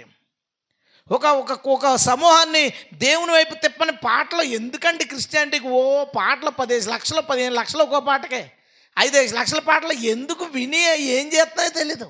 ఒకటి హృదయాన్ని కదిలించలేకపోతున్నాయి, ఒకటి ఆత్మ కొరకు అర్రులు చాచేలాగా ప్రభువా నాకు నీ ఆత్మని అని అడగలేకపోతున్నాయి. ప్రభా నేను ఈ పాపం చేశాను ప్రభా అని ఒప్పింప చేయలేకపోతున్నాయి, ఏడిపించలేకపోతున్నాయి, కదిలించలేకపోతున్నాయి. ఎందుకు ఆ పాటలు అంటే మనం ఫేమస్ అవ్వడానికి. ఇలాంటి ఒక పాట నువ్వు రాస్తే ప్రభా నువ్వు ఇయ్యి, దాని ద్వారా కదలిక రావాలి. హల్లెలూయా. లేనప్పుడు ఎందుకు? అది ఏదైనా నీ వద్ద నుంచి ఒకటి సమాజంలోకి వెళితే, కొంతమందికి ప్రతి వారం గాస్పెల్కి వెళ్ళడం నాకు అలవాటండి. వెళ్ళి ఏ ప్రాంతంలో లేకుండా అయిపోవాలి. అలా వెళ్ళకో. ప్రభు వెళ్తున్నాను, ఎక్కడో చోట ఎవరో ఒకరిలో ఉద్యమం రగిలించు. హల్లెలూయా. వాళ్ళు నీ తట్టు తిరగాలి. ఓ మార్పు రావాలి ప్రభా అని నువ్వు ప్రార్థించు, నువ్వు చెయ్యి, నువ్వు ఏడువు. మనం ఏడ్చినప్పుడే ఆ ఉద్యమం వస్తుంది. నేను చూశాను ప్రాక్టికల్గా, నాకు అర్థమైంది. నా మిస్టేక్ కూడా నేను తెలుసుకున్నాను. నేను ఇంకా ఏడాల్సింది ఉంది, దాని గురించి నేను వేదన పడాల్సింది ఉంది. మన వేదన పడే కొద్దీ ఆ వేదన నుంచే వస్తుందండి అద్భుతమైన కాన్సెప్ట్లన్నీ. దేవుని స్తోత్రం. ఆ వేదన నుంచి వస్తుంది ఏదో ఒక రివైవల్ చేసే పని. దేవుడు ఆ కార్యం మనలో జరిగించునుగాక. మొదటిది ఒక చిన్న ప్రోత్సాహం. దేవుడు ప్రేరేపించిన వ్యక్తులకి ఒక చిన్న ప్రోత్సాహం, మిగతాదాలు చేసుకుంటారు. రెండోది, ఆ ప్రేరేపించబడిన వ్యక్తి కన్నీటితో ఉద్యమం కొరకు ప్రార్థన చేసినప్పుడు, ఎదురు చూసినప్పుడు దేవుడు ఖచ్చితంగా ఆ కార్యాన్ని చేస్తాడు. దేవునికి స్తోత్రం. హల్లెలూయా. ఇక్కడండి ఒక మాట 16వ వచనంలో, నీ సేవకురాలైన నన్ను పనికిమాలిన దానికి ఎంచొద్దు అని ఆమె అతనితో చెప్పింది. నేను ఏడుస్తున్నాను, నిట్టూరుస్తున్నాను, బిడ్డలు లేరు నాకు అని. 17వ వచనం, అంతటా ఏలి నీవు క్షేమంగా వెళ్ళుము, ఇశ్రాయేలు దేవునితో నీవు చేసుకుని మనవి ఆయన దయచేయునుగాక అని ఆమెతో చెప్పగా, ఆమె అతనితో నీ సేవకురాలైన నేను నీ దృష్టికి కృపనందునుగాక నేను. తరువాత ఆ స్త్రీ తన దారిని వెళ్ళిపోయి భోజనము చేయుచు నాట నుండి దుఃఖముఖిగా ఉండుట మానెను. ఓ మాట ఆలోచిద్దామండి. ఇంటికి వచ్చి టక్ మన అన్నం పెట్టుకుని తినేస్తుంది అనుకోండి, అన్న ఎలకాన ఏమనుకుంటాడు, దెయ్యం పడేసింది అని కూడా. ఏంటి అసలు ఇది తిందో తాగదో ఎంత హ్యాపీగా ఉందంటే అని దగ్గరికి వెళ్ళి, ప్రెగ్నెంట్వా? కాదు. మరేంటి? అవ్వబోతున్నాను. ఉద్యమాన్ని ఎవరు తేగలరో తెలుసా? దేవుని మాటను బలంగా నమ్మిన వాళ్ళు. హల్లెలూయా. విశ్వాసం ఉంది. మళ్ళీ ఎంతమంది ఆ విశ్వాసాన్ని చూపించగలం? ఇంటికి వెళ్ళిపోయి శుభ్రంగా తినేసి హ్యాపీగా ఉందంట. ఈ పెని నాకు అర్థమవుతుంది ఏం జరుగుతుందో, ఎలకానాకు అర్థమవుతుంది ఏం జరుగుతుందో. ఈమె అంత మామూలుగానే ఉంది లైఫ్, కానీ ఎంత హ్యాపీగా ఎందుకు ఉందంటే దేవుడు ఇస్తాను అన్నప్పుడు ఇచ్చేశాడు అన్నట్లుగా ఉంది. ఒక వ్యక్తి ఉద్యమం కోసం, అంటే దేవుడి పని కోసం ప్రేరేపించబడితే, ప్రతి దేవుడి పనిలో ఉద్యమం ఉంటుంది. ప్రతి నిజమైన దేవుడి పనిలోనూ కదలిక ఉంటుంది, ఉద్యమం ఉంటుంది. ఒక వ్యక్తి అందునిమిత్తం ప్రేరేపించబడితే, ఆ పని చేయడానికి ప్రేరేపించబడితే నువ్వు నమ్ము, ఇది నేను పూర్తి చేయగలను అని. హల్లెలూయా. ఇది మన వల్ల అవుద్దా? మనం చేయగలమా? ఎలాంటి పరిస్థితులు ఉన్నాయి, ఎలాంటి కాంపిటీషన్ ఉంది, మనం ఒక మార్పు తీసుకురాగలమా క్రిస్టియానిటీలో అని అనుకోవద్దు. అలా అనుకున్నాడు మొదలెట్టద్దు. ఉద్యమం ఎక్కడి నుంచి వస్తుందో తెలుసా? బలమైన విశ్వాసం. హల్లెలూయా. ఒక వ్యక్తిని ప్రోత్సహించట్లోంచి ఆ వ్యక్తి ఉద్యమాన్ని తేవచ్చు. ఒక వ్యక్తి కన్నీటిలో మనోవేదన నుంచి అతనే ఒక ఉద్యమంగా మారిపోవచ్చు. ఖచ్చితంగా మాత్రం విశ్వాసం లేకుండా ఒక వ్యక్తి ఉద్యమం తేలాడు. అలాంటి నమ్మకత్వం మనకు ఉండాలి. సమూయేలు ఎందుకు పుట్టాడు తెలుసా? ఆమెను నిజంగా మళ్ళీ ఏడుతూ భోజనం చేయకుండా ఉంటే ఆమె నమ్మలేనట్టు కదా. ఈమె ఎందుకు తినేసి హ్యాపీగా ఉందో తెలుసా? నేను ప్రెగ్నెంట్ అవుతాను, మరి పుట్టబోయే బిడ్డ ఆరోగ్యంగా ఉండాలంటే నేను బాగా తినాలి కదా. ఎంత ప్లాన్లో ఉందో చూడామే. నేను తింటేనే కదా నా బిడ్డ ఆరోగ్యంగా పుడతాడు. అని ఆమె ఫిక్స్ అయిపోయింది. సంగమా, ఈ మాట నీ మనసులో పెట్టుకో. ఒక మార్పు నువ్వు కోరుకుంటున్నావా? దానికోసం నువ్వు ప్రయత్నం ప్రారంభించావా? అది జరుగుతుందని నమ్ము. హల్లెలూయా. నమ్మకం లేని ప్రయాస వేస్ట్. నమ్మకం లేకుండా నువ్వు ప్రారంభించొద్దు. నమ్మకం లేకుండా చేయకు. మొన్న మేము కూర్చున్నాం, 3-4 పాస్టర్స్ కూర్చున్నప్పుడు మాటల్లో ఈ రివైవల్ టాపిక్ వచ్చినప్పుడు ఏం చేయలేకపోతున్నాం, ఏంటి ఏంటి ఏంటి ఇలా అయిపోయింది క్రిస్టియానిటీ, డల్ అయ్యారు ఎవరికాడు. నేను ఒక మాట చెప్పాను, ఏంటంటే మొన్న కొండ లోపల ఒక ఊరి మీటింగ్కి వెళ్ళినప్పుడు డల్ ఉంది చర్చ్, అయిపోయింది, వాక్యం అయిపోయింది, వర్షిప్ చేసాం, మంచి కదలిక వచ్చింది. ఆ తర్వాత కొన్ని రోజులు పోయిన తర్వాత ఆయన కాల్ చేసి, ఏమంటే అసలు చాలా బాగున్నామండి మీరు వచ్చి వెళ్ళిన తర్వాత, విజన్స్ చూస్తున్నామండి చర్చిలో. ఇలా ఇంకో చోటకి వెళ్ళి వస్తే వాళ్ళు ఏం చెప్పారంటే, ఒకప్పుడు మాకు భాషలు ఉండేవి మా చర్చిలో. అంటే నేను వాకింగ్ చెప్పేశాను, అయిపోయిన తర్వాత భోజనం చేసేటప్పుడు ఆయనతో మాట్లాడుతూ ఎందుకో చర్చ్ బాగాలేదండి, దేవుడు చాలా ఫీల్ అవుతున్నాడు అంటే, ఇలా చేతులు కట్టుకుని ఇలా నుంచున్నట్టు నేను దర్శనంలో చూశాను, ఆరాధన చివరి ప్రార్థన చేస్తుంటే. లేదండి ఇది కాదండి, దేవుడు వేరే కోరుకుంటున్నా అంటే ఆయన చెప్తున్నాడు, ఇలా విజన్స్ ఉండి అంటే భాషలు మాట్లాడేవాళ్ళం అండి, చాలా ఉండేది, అంత అలా చల్లారిపోయి ఎవరిలో ఏమీ లేకుండా అయిపోయామండి, కానీ ఈరోజు దేవుడు మాతో మాట్లాడాడు. హల్లెలూయా. నేను వాళ్ళతో ఏం చెప్పానంటే, ఉద్యమం జరగాలంటే ఏదో అద్భుతం జరగక్కర్లేదు. ఒక చోటకి వెళ్ళి నిలబడే ముందు, ప్రభువా నేను ఇక్కడ నిలబడుతున్నాను, ఈ సంఘాన్ని ఉద్యోగపరచని నమ్మితే చాలు, హల్లెలూయా, అయిపోతుంది. చేస్తాడు. మనం మంచి వాక్యం చేత చెప్పాలి, వీళ్ళు మళ్ళీ పిలిచేలా చెప్పాలి మనం, లేదా వీళ్ళకి ఏం కావాలి అది చెప్పాలి, అది కాదు. మనం ఇక్కడికి వచ్చే ముందు, ప్రభువా నన్ను వెలిగించావు కదా, వీళ్ళని వెలిగించు, హల్లెలూయా, వీళ్ళని మరలా ఉద్యోగపరచు. నేను ప్రతిసారి నేను వెళ్ళేటప్పుడు ఇదే అనుకుంటా, దగ్గరకు వెళ్ళేటప్పటికి, ప్రభా ఈ సబ్జెక్ట్ అందంగా ప్రజెంట్ చేశానా లేదా నాకు అవసరం లేదు, నేను చెప్తాను కదా, అయిపోయిన తర్వాత ఇక్కడ చాలామంది నీకు కనెక్ట్ అవ్వాలి, నీతో సంబంధాన్ని కలిగి ఉండాలి, వాళ్ళు కూడా ప్రార్థన చేసుకోవాలి, వాళ్ళు కూడా ఆరాధన చేసుకోవాలి, ఈ సంఘములో కూడా వరాలు ఉండాలి ప్రభువా, హల్లెలూయా. అలా ఆగిపోయినవి, జారిపోయినవి ఎన్నో రేజ్ అయినాయి. దానికి నేనేం పెద్ద సంఘాలు స్థాపించలేదు, దానికి నేను పెద్ద పని ఏం చేయలేదు. నాకు వచ్చిన పనిలో నేను దాన్ని నమ్ముతున్నాను.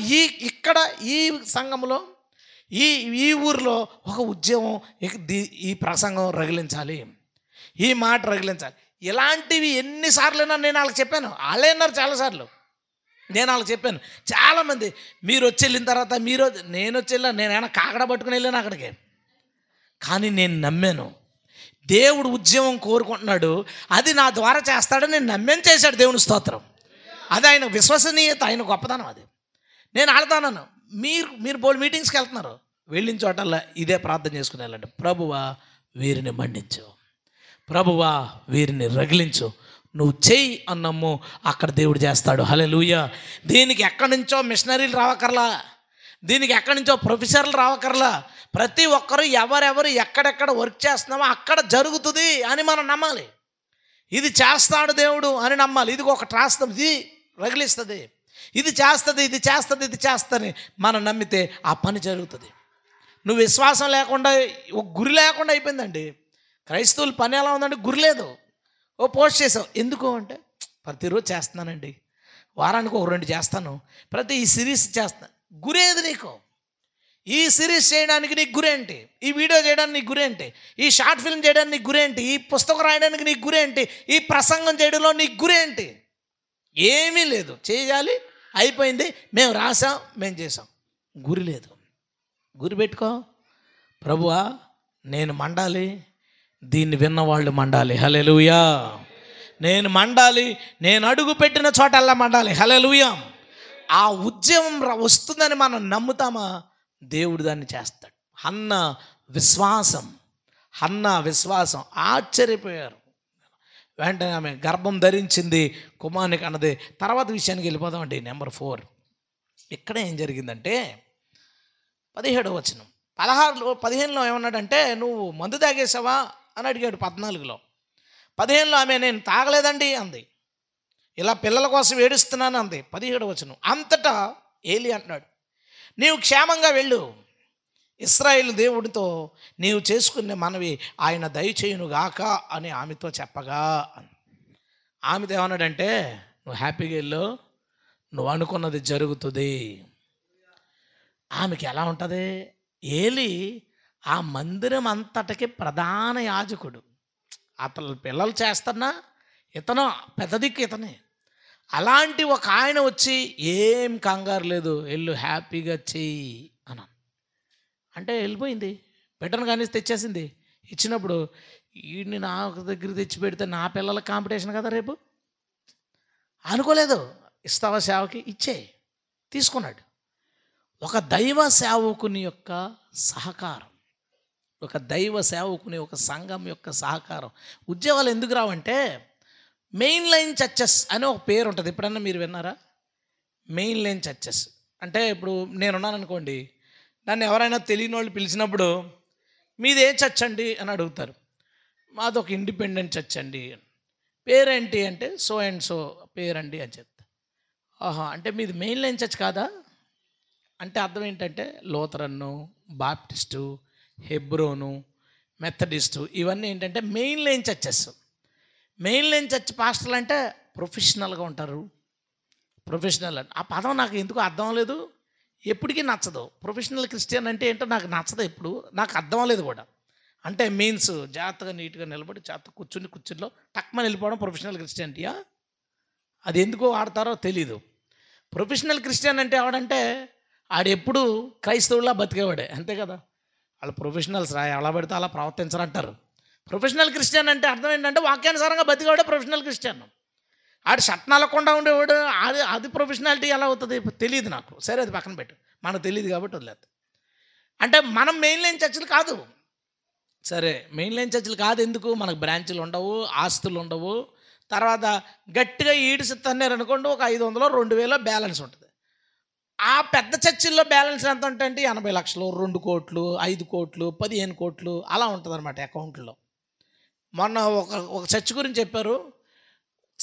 ఒక సంవత్సరానికి ఇన్కమ్ ట్యాక్స్ దగ్గర దగ్గర ₹1,00,00,000 కట్టారంట ట్యాక్స్. అంటే ఎంత వచ్చి ఉంటుందో చూడు. ఇవన్నీ ఏంటంటే మెయిన్ లైన్ చర్చెస్. ఆ పేరు ఎందుకు పెట్టారో మనకు తెలీదు. ఓకే, ఇప్పుడు ఆ మెయిన్ లైన్ చర్చిలో ఒక పాస్టర్ గారి దగ్గర కూర్చుని, సార్ మీ చర్చిలోంచి ఎంతమంది సేవకి వెళ్ళారండి? ఇదేంటండి మా చర్చిలో సేవకి ఎందుకు వెళ్తారు? అలా ఎందుకు వెళ్తారు? వెళ్ళడానికి ఉండదు.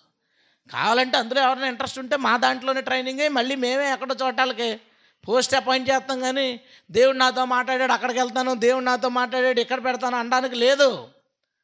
అందుకు అది మెయిన్ లైన్ చర్చ్ అనమాట. మళ్ళీ మనది ఎప్పుడు మెయిన్ లైన్ చర్చ్ అవ్వకుండా కాక అవదులేండి, అవి డెనామినేషన్ చర్చెస్కే ఉంటుంది ఆ పేరు. ఇప్పుడు ఏలీ లాంటోడు ఆమెతో చెప్పేవాళ్ళే అమ్మ నువ్వు మందేసి ఎలా చెప్తున్నావు పో అదలకే అంటే ఉజ్జీవకర్త ఎలా వస్తాడు బయటికి? సర్లే పోలే, మనం యాజకుడిగా ఉన్నాం కదా, ఏమనకపోతే అలా అంటే బాగోదని పోలే అమ్మ నువ్వు ప్రార్థన చేసావా దేవుడు సాయం చేస్తాలే అని చెప్పి పంపించిన తర్వాత తీరా బిడ్డ ఎత్తుకుని వచ్చేసింది. ఈయన తెచ్చి నా నెత్తి మీద పెడితే నేనేం చేస్తాను రా బాబు అని నాకు వద్దు అని పంపిస్తే ఏది ఉద్యోగం? ఒక పెద్ద వ్యక్తి, ఒక పెద్ద సేవకులు లేదా సేవ చేస్తున్న సేవకులు కొంతమందిని ఎంకరేజ్ చేసి అక్కడికి పంపేయాలి. అలా పంపినప్పుడు ఈ నిప్పు ఈ మంట అక్కడ పడి అన్ని చోట్ల మండుద్ది. దేవునికి స్తోత్రం. మండుతుంది. మనకి ప్రవేశం కొన్ని చోట్ల ఉంటుంది. ఈ మాట జాగ్రత్తగా పెట్టుకోండి, గుర్తుపెట్టుకోండి. నువ్వు ఒక చోటకి వెళ్ళడానికి నీకు ప్రవేశం ఉంటుంది, యాక్సెస్ ఉంటుంది. ఆ యాక్సెస్ ఉన్న ప్లేస్లో నువ్వు పని చేయి. ప్రభు అంటాడు కోత విస్తారము, పనివారు కొద్దిమంది. ఓకే, ఆంధ్ర తెలంగాణలో 2 లక్షల మంది పాస్టర్లు ఉంటారు. 2 లక్షలు. పనివారు కొద్దిమంది ఎక్కువ మంది. 6 కోట్ల మంది పైన జనాభా ఉంటే ఈ 6 కోట్ల మందిలో గట్టిగా క్రిస్టియన్స్ ఒక 50 లక్షలు 40 లక్షలు ఉంటారట అంచనా. ఈ 2 లక్షల మంది కలిసి ఒక 50 లక్షల మందిని నడిపిస్తున్నారు. ఎక్కువ పర్లేదు, ఎక్కువే. మరి మిగతా 5,50,00,000 మంది సంగతి ఏంటి? 6 కోట్ల మందిలో 50 లక్షల మంది చర్చిలకు వెళ్తున్నారు, అంత ఉండరు అనుకుందాం. మిగతా వాళ్ళ సంగతి ఏంటి? కోత ఉందా లేదా? పనోళ్ళు కావాలా వద్దా? 2 లక్షలు అంటే ఎక్కువ మనకే, 2 లక్షలా. కానీ అక్కడ జనాభా ఇప్పుడు భారతదేశం ఉంది, క్రిస్టియానిటీ సౌత్ ఇండియా బాగా ఉంది, నార్త్ ఇండియా కొంచెం అలా ఉంది. ఓకే లెక్కల ప్రకారం క్రిస్టియన్స్ ఎంత పర్సెంటేజ్? 2%. అంటే 100 మందికి 2. 140 కోట్ల మంది చిల్లర ఉన్నారంటే 3 కోట్ల మంది క్రిస్టియన్స్ ఉన్నారు. అన్అఫీషియల్ క్రిస్టియన్స్ చాలామంది ఉన్నారు. అందరూ కలిపితే 5% వేసుకోవచ్చు. అంటే ఇండియాలో 140 కోట్ల మంది జనాభాలో గట్టిగా అయితే 7 కోట్ల మంది క్రిస్టియన్స్. ఇంకా 133 కోట్ల మంది యేసుప్రభుని నమ్ముకోలేదు. యేసుప్రభుని నమ్ముకోలేదు. అందులో ఎంతోమందికి సువార్త వెళ్ళకపోయి ఉండొచ్చు, ఎంతోమందికి సువార్త చెప్పే అవకాశాలు దొరకకపోయి ఉండొచ్చు. ఇప్పుడు దేవుడు ఏమనుకుంటాడు? పనివారు కొద్దిమంది ఉన్నారు, పనివారి కొరకు ప్రార్థన చేయాలి. హల్లెలూయా. మనందరం ఏం చేయాలో తెలుసా? ప్రభువా, ప్రవేశం ఉన్న చోట పనిచేయడానికి కొంతమందిని లేవనెత్తు. ఇప్పుడు సతీష్ ఉన్నాడు, నేను ప్రేయర్ చేసుకుంటున్నాను. ఒకసారి ఇక్కడ వాక్యం చెప్తున్నాడు, నేను ప్రేయర్ చేసుకుంటాను కదా. చేసుకుంటా దేవుడు నాతో మాట్లాడుతున్నాడు, ఇతను ఒక చోటకి ఎక్కడికో వెళ్ళి పని చేయాలని. నేను చివరి ప్రేయర్ చేసేటప్పుడు దేవుడు నీతో మాట్లాడుతున్నాడు, ఎక్కడికో వెళ్ళాలి, అది నీకు తెలిసిన ఊరు అని. వెంటనే తను కొన్ని రోజుల నుంచి దేవుడు నాతో మాట్లాడుతున్నాడు అని, కానీ నాకు ఎలా చేయాలో నాకు తెలీదు, నాకు ఎలాగో లేదు తెలియదండి, నీకు చుట్టాలు ఉన్నారు కదా, వెళ్ళిపోవాలి ఇంట్లో పెట్టే. వెళ్ళడం మొదలెట్టాడు. వాళ్ళ ఇంట్లో చిన్న ఫ్యామిలీ మొదలు పెడితే అలాగ ఒక 8 మంది 10 మంది కొన్నిసార్లు 15 మంది అక్కడ ప్రతి వారం వెళ్ళి వాక్యం చెప్పిపోతున్నాడు తను. దేవుని స్తోత్రం. మళ్ళీ మొన్న ఒకసారి ఏదో ప్రేయర్ చేస్తుంటే సడన్గా ఏంటి ఇంకో ఊరు చూపిస్తున్నాడు, తెలిసింది ఇంకో ఊరు ఉందా? అవునన్నయ్య దానికి వెళ్ళాలని ప్రేరేపణ అవుతుంది. మరి ఇంకే ఆలస్యం, దానికి కూడా మొదలెడతాడు. తనకు అక్కడ యాక్సెస్ ఉంది, ప్రవేశం ఉంది, అవకాశం ఉంది. ఇప్పుడు ఈ ఊరు ఉంది, ఈ ఊరిలో చాలామంది స్టార్ట్ చేశారు, ఆ గుమ్మం మీద ఈ గుమ్మం మీద పెట్టారు. ఎందుకు పని అవ్వలేదు? ఈ ఊరిలో ఎవడు రానివాడు, ఈ ఊరికి యాక్సెస్ లేదు, బయట వాళ్ళకి అంత సీరియస్ తీసుకోరు. కానీ నాకు యాక్సెస్ ఉంది, అందుకు దేవుడు నన్ను ఇక్కడికి పంపించాడు. నేను ప్రభా నాకు ఇక్కడ వద్దు, ఫస్ట్లో అన్నప్పుడు నన్ను ఎక్కడో చోట సిటీలో పాడే ప్రభా, నేను అంత ఈ విలేజ్ ఇదంతా వద్దు. కానీ దేవుడు ఆలోచన ఏంటో తెలుసా? నాకు యాక్సెస్ ఉంది, ఆ విషయం నాకు తెలియదు. ఇది మా అమ్మమ్మ గారి ఊరు కాబట్టి, అందరూ మా చుట్టాలు కాబట్టి, మొహం చూస్తే మామయ్యలో అత్తలో నానమ్మలు అమ్మమ్మలు తప్ప ఎవరు కనపడరు ఇక్కడ. ఇది నాకు యాక్సెస్ ఉన్న ప్లేస్, ఇది నాకు అవకాశం ఉన్న ప్లేస్. నేను దీన్ని రిజెక్ట్ చేసి ఉంటే ఈ ఊరు యాక్సెస్ ఉన్న ఒక వ్యక్తి కోసం ఇంకా ఎదురు చూస్తూ ఉండేది. అలాంటి ఉద్యోగాలు ఎన్ని మనం ఆపేసి ఉంటాం, ఎన్ని ప్రాంతాల్లో ఆపేసి ఉంటాం. మనకు తెలిసిన వాళ్ళ ఇంటికి వెళ్ళి ప్రార్థన చేయాలని దేవుడు ప్రేరేపించుంటాడు. అక్కడికి వెళ్ళి ప్రతి వారం చిన్న ప్రార్థన పెడదాం, ఒక 5, 6, 10 మంది ప్రేయర్ చేద్దాం అని అనిపించింది. ఎన్నో నువ్వు ఆగిపోయి ఉంటావు. ఆ ఇంట్లోకి నీకే ఉంది ప్రవేశం, ఆ వీధిలోకి నీకే ఉంది ప్రవేశం. దాన్ని నువ్వు ఆగినంతకాలం ఆ వీధి నీ కోసం ఎదురు చూస్తుంది, ఆ ఇల్లు ఉద్యోగం కొరకు నీ కోసం ఎదురు చూస్తుంది. అలాంటి క్రిస్టియానిటీలో ఇంతమంది పెద్ద పెద్ద మెయిన్ లైన్ చర్చెస్ ఉన్నాయి కదా, వీళ్ళ సంఘాల్లో ఎంతమంది ఇలా ఉద్యోగం తేవలసిన వాళ్ళు అందులోనే ఉండిపోయి ఉంటారు. మన విజయం ఉన్నాడండి, వీళ్ళ ఊరికి వెళ్ళి నేను అక్కడ ఎవరొకరి ఇంటికి వెళ్ళి ఏమంటే మీ ఇంట్లో ప్రార్థన చేస్తుంటే ఎవడరా నువ్వు అంటారు. విజయ్ వెళ్తే మనం ప్రార్థన చేసుకుందాం ఇంట్లో అంటే నామినల్ క్రిస్టియన్స్ ఉన్న చోట సరే చేద్దాం, ఛాన్స్ ఉంటుంది. అలాంటి యాక్సెస్ ఉన్న చోట ఆగిపోయిన ప్రతి ఒక్కడు ఉద్యమాన్ని ఆపేసినట్టే. ఒక్క సపోర్ట్, పెద్ద సేవకులు, పెద్ద అంటే పెద్దను కాదు, ఒక్క సపోర్ట్ మనం ఇస్తే నేను చాలా ప్రౌడ్గా ఫీల్ అవుతాను ఈ విషయంలో.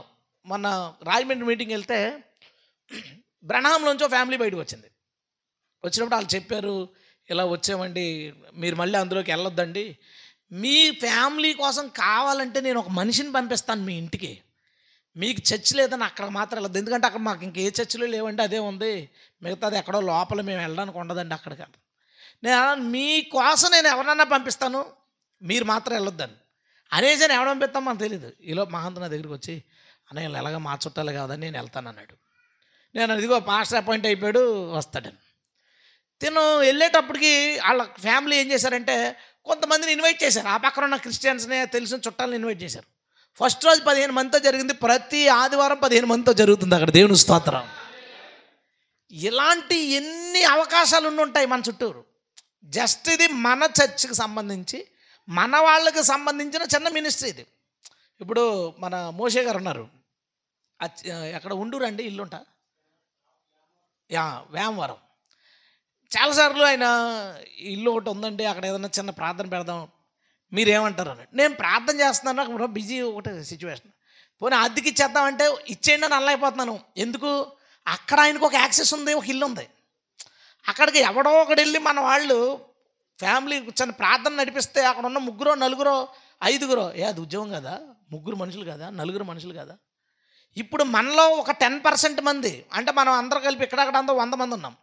ఈ 100 మందిలో 10 మంది వెళ్ళి వారంలో ఎక్కడో చోట లేదా నెలకి ఎక్కడో చోట వెళ్ళి ఒక 10 మందితో మాట్లాడితే వాళ్ళు 100 మంది అవరా? వాళ్ళు 100 మంది అవరా? అంటే ఈ 100 మంది అందులో 10% మంది వర్క్ చేస్తే 100 మంది ఇంకో 100 మందిని ఉద్యోగపరుస్తున్నాం. హల్లెలూయా. అప్పుడు ఈ పాస్టర్లందరూ నిజంగా ఎంకరేజ్ చేస్తే ఏం జరుగుద్ది? ఈ 300 కోట్ల మందిలో ఉద్యోగం కలిగిన వాళ్ళు లక్షల మందిలో, వేల మందిలో ఉన్నా సరే, వీళ్ళు ఆయా ఇళ్లలో, నామకార్థ క్రైస్తవుల ఇళ్లలో చిన్న చిన్న ప్రేయర్స్ పెట్టినా సరే ఉద్యోగం లేచిపోద్ది కదండి. హల్లెలూయా. ఎవడో చేయరు. చేయనప్పుడు ఏమొస్తుంది ఉద్యోగం? ఒకడు వెళ్తాడు సేవకే. మొన్న ఒక విచిత్రం జరిగింది. నాతో మాట్లాడుతూ, బ్రదరు వీడికి వెళ్ళిన ఆయన, ఇక అక్కడ మీరు వస్తుంటే పెద్ద చర్చ్ చూసానండి. మన చర్చ్ నుంచి వెళ్ళిన వాళ్ళే. మీరు ఇలా వెళ్తున్నప్పుడు ఇక్కడ 2-3 చర్చలు ఉంటాయి, అవి మన చర్చ్ నుంచి వెళ్ళిన వాళ్ళే. ఇప్పుడు క్వశ్చన్ ఏంటంటే, నీ చర్చ్ నుంచి వెళ్ళారా, నువ్వు పంపావా? వెళ్ళావా, నువ్వు పంపావా? అయిపోయింది. అతను వెళ్ళాడు. ఈలోపు విన్నవాడు ఉంటాడు కదా ఒకటి చర్చిలోడు, పాస్టర్ గారు అసలు ఒప్పుకోరండి ఎవడన్నా సేవకి వెళ్తానంటే. వాళ్ళు వెళ్ళిపోయి కష్టపడి కట్టుకున్నారు. ఇప్పుడు ఏమని చెప్తున్నారు తెలుసా? మనవాళ్ళే. ఆ రోజు నువ్వు పంపి ఉంటే ఎంత బాగున్నమాట. ఆ రోజు నువ్వు పంపి, నీకు ఇదిగో కొత్తగా చేస్తున్నావు కదా, నీకు దగ్గర డబ్బులు ఉండవు, ఇగో ఈ 2000 నెలకు నేను 2000 ఇస్తాను, లేదా కిరాణా కొంటాను, లేదా అద్దె కడతాను, కొంతకాలం చెయ్యి, నువ్వు బాగున్నప్పుడు నేను మానేస్తాను, ఇంకొకరికి హెల్ప్ చేస్తానని నిజంగా ఏలీ లాంటి వాళ్ళందరూ, అన్నా లాంటి వాళ్ళకి, ఏదో చెయ్యాలి అని అనుకున్న వాళ్ళకి సపోర్ట్ చేస్తే, కొత్తగా మినిస్ట్రీకి వెళ్తున్న వాళ్ళు, పరిచయం చేస్తున్న వాళ్ళకి సపోర్ట్ చేస్తే, ఈ మెయిన్ లైన్ చర్చిలోనే అకౌంట్లో డబ్బులు అంతా బయటకు వస్తే ఉద్యమం ఎలా వస్తుందో ఆలోచించండి ఒకసారి. ఎంతమంది సేవకులు బయటికి వెళ్తారు, ఎంత బలమైన పరిచర్య జరుగుతుంది? అకౌంట్లో దాయాలంతే. అలా నువ్వు అకౌంట్లో దాచి దేవుని పిలుపున్న వాళ్ళని బయటికి వెళ్ళకుండా లోపల పెట్టినందుకు నువ్వు మెయిన్ లైన్ చర్చ్, మంచి పేరు, వెరీ గుడ్. ఏమిది? ఎలా వస్తుంది ఉద్యోగం? మళ్ళీ వీళ్ళందరూ చల్లారిపోయిందండి క్రిస్టియానిటీ. నువ్వు తగలట్టు మరి క్రిస్టియానిటీని చల్లారిపోతే, నువ్వు మండించు క్రిస్టియానిటీని. నువ్వు ఏమీ చేయకపోతే అది ఎలా మండుతుంది? ఏలీ కనుక ఆ రోజు అక్కడ సపోర్ట్ చేయకపోతే, అండ్ ఏలీ కనుక సమూయేలుని తీసుకోకపోతే ఏముంది? ఇంకా రివైవల్ లేదు. నేను చెప్పేది మీకు అర్థమవుతుంది కదా. మీకు యాక్సెస్ ఉండే వీధులు ఉంటాయి, మీకు ప్రవేశం ఉన్న హౌసెస్ ఉంటాయి. చిన్నగా స్టార్ట్ చేయి. అది చర్చ్ అయిపోక్కర్లేదు, అదేమో నిలబడిపోక్కర్లేదు, అది 100 మంది అయిపోక్కర్లేదు. అక్కడున్న 10 మందిని మండించబడితే చాలు, ఉద్యమం అన్ని చోట్ల నుంచి రగిలితే అదే పెద్ద మంట. హల్లెలూయా. అప్పట్లాగా ఒక అతను వెళ్ళి ఖండాన్ని కదిలించాడు, ఆ రోజులు అయిపోయినాయి. ఇప్పుడు అంతా అన్ని చోట్ల క్రిస్టియన్స్ ఉన్నారు. ఇప్పుడు ఎక్కడ పడితే అక్కడ మండాల్సిన అవసరం ఉంది. ఎక్కడ పడితే అక్కడ మండాల్సిన అవసరం ఉంది. కాబట్టి మనం అందరం, అంటే అందరు సేవకులు సపోర్ట్ చేయాలని ప్రార్థన చేద్దాం. ప్రభా పంపాలి తండ్రి, పనివారిని పంపించు. చాలా సంఘాల్లో ఉండిపోయారు ప్రభా, పంపించు. రాయమండ్రిలో పెద్ద చర్చ్ ఉంటుంది. అతను కలిసినప్పుడల్లా, అన్న దేవుడు ఇలా మాట్లాడుతున్నాడు కానీ వెళ్ళనివ్వట్లేదు. వెళ్ళనివ్వట్లేదేంటి స్వామి, వెళ్ళిపో నువ్వు, ఎవడవుతాడు? తిట్టుకుంటారు, లేకపోతే గట్టిగా అయితే తిట్టుకుంటారు, లేదో 10 ప్రసంగాలు చేస్తారు వాళ్ళ గురించి. ఇలాగ ఒక నమ్మక ద్రోహం చేశాడు, అహీతోపేలు ఎలా చేశాడు, అలా చేశాడు, ఇంకేదోటి ఇంక బైబిల్లో వాడేసుకుంటారు. తిట్టుకొని అయినా సరే అతను వాళ్ళు పంపిస్తారని ఒక 5 సంవత్సరాలు 6 సంవత్సరాలు ఆగాడు. ఇక జీవితం బాగాలేని పరిస్థితి. ఒకసారి ఫోన్ చేశాడు, అర్జెంటుగా వెళ్ళిపోండి. వద్దు. వెళ్ళిపోయారు. వెళ్ళేసరికి ఏ ఊరు చూపించారో ఆ ఊరు వెళ్ళారు. ఆ ఊరు వెళ్తే సామలకోట పక్కన ఒక ఊరు అది. ఆ ఊరు వెళ్తే ఆ ఊరిలో కొద్ది రోజుల క్రితం ఒక పాస్టర్ గారు ముసలాయన చనిపోయాడంట. పిల్లగట్ట ఎవరు లేరు వాళ్ళకి. సంఘానికి నడిపించే వాళ్ళు లేడు. ఒక 15 మంది ఎంతమంది ఉన్నారో వాళ్ళు ఏదో ప్రార్థన చేసుకుని వెళ్ళిపోతున్నారంటే పాస్టర్ కోసం చూస్తున్నారు వాళ్ళు. ఎప్పటి నుంచి అంటే 3 years నుంచి చూస్తున్నారంట పాస్టర్ కోసం. ఆ ఊరు ఈ సేవకుడు కోసం ఎదురు చూస్తుంది. ఈ సేవకుడు ఆ సేవకుడు పంపుతాడని చూస్తున్నాడు. ఆ ఊరిలో 3 సంవత్సరాల నుంచి ఉద్యమం ఆగిపోయింది. వెళ్ళాడు. విచిత్రం అండి, 10వ రోజున పెట్టాడు బాప్తిసాలు తీసుకుని ఫోటో. నేను ఫోన్ చేసి 10వ రోజుకి ఎలా అంటే దేవుడు చేశాడు సార్. మళ్ళీ ఇంకో 2 నెలలు 3 నెలల పోతా మళ్ళీ పెడతాడు బాప్తిసం ఫోటోలు.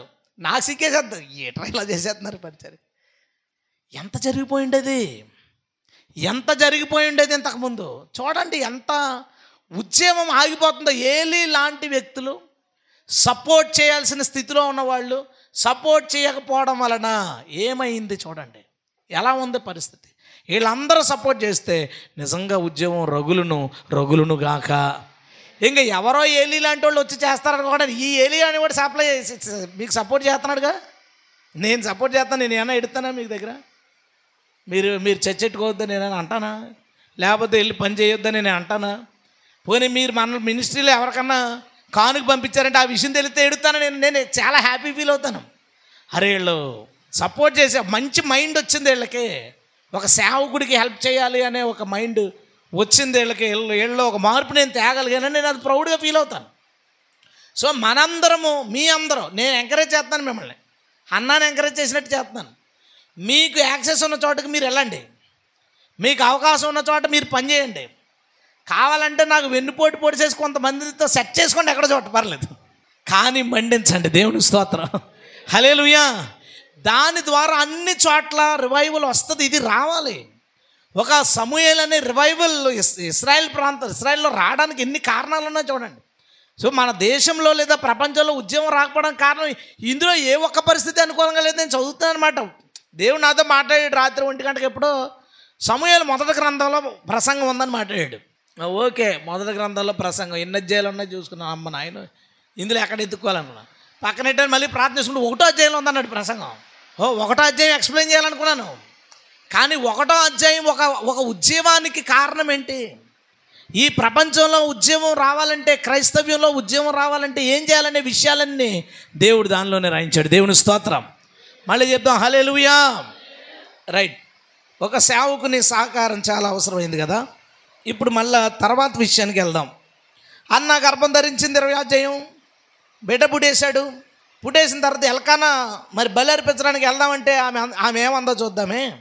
22వ వచనం. అయితే హన్న, బిడ్డ పాలు విడుచు వరకు నేను రాను, వాడు యెహోవా సన్నిధిని అగపడి తిరిగి రాక అక్కడనే ఉండునట్లుగా నేను వాణ్ణి తీసుకుని వత్తునని తన పెనిమిడితో చెప్పి వెళ్ళక ఉండెను.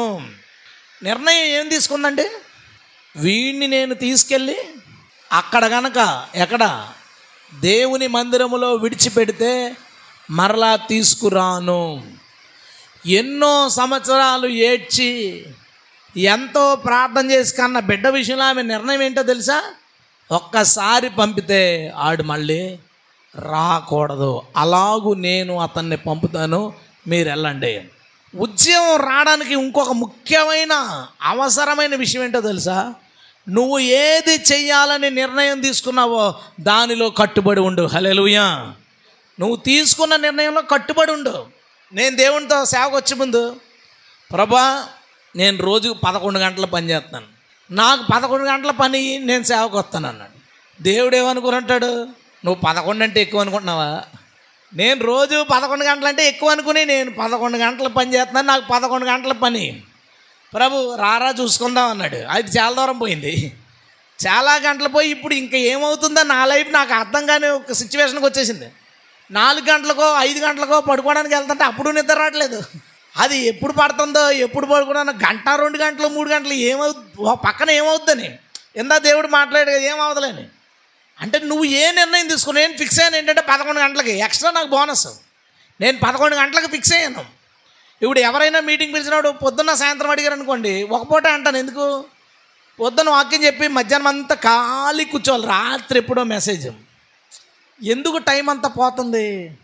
లాంగ్ అడిగినప్పుడు జర్నీలో పోతుంది అని బాధ వస్తుంది. అది దేవుడి పనిలో చేసిన జర్నీయే, కానీ ఇంకా బెటర్గా వాడుకోవచ్చు కదా ఆ టైంని, ఇంకా బెటర్గా వాడుకోవచ్చు, ఇంకొంతమందిని బలపరచడానికి వాడుకోవచ్చు, ఇంకా ఏదో చదవడానికి రాయడానికి దేనికో వాడుకోవచ్చు కదా క్వాలిటీగా.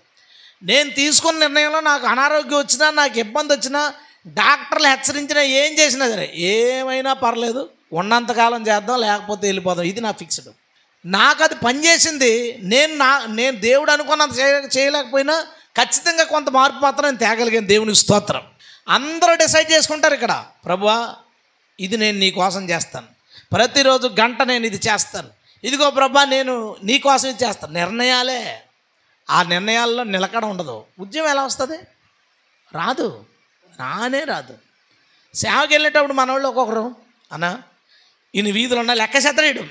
మంచి ఆరాటం లెక్కేసి, ఇగో ఇన్ని వీధులు ఉన్నాయి, ఈ వీధిలో ఈ టైంలో దొరుకుతారు, ఆ వీధిలో ఆ టైం దొరుకుతారు.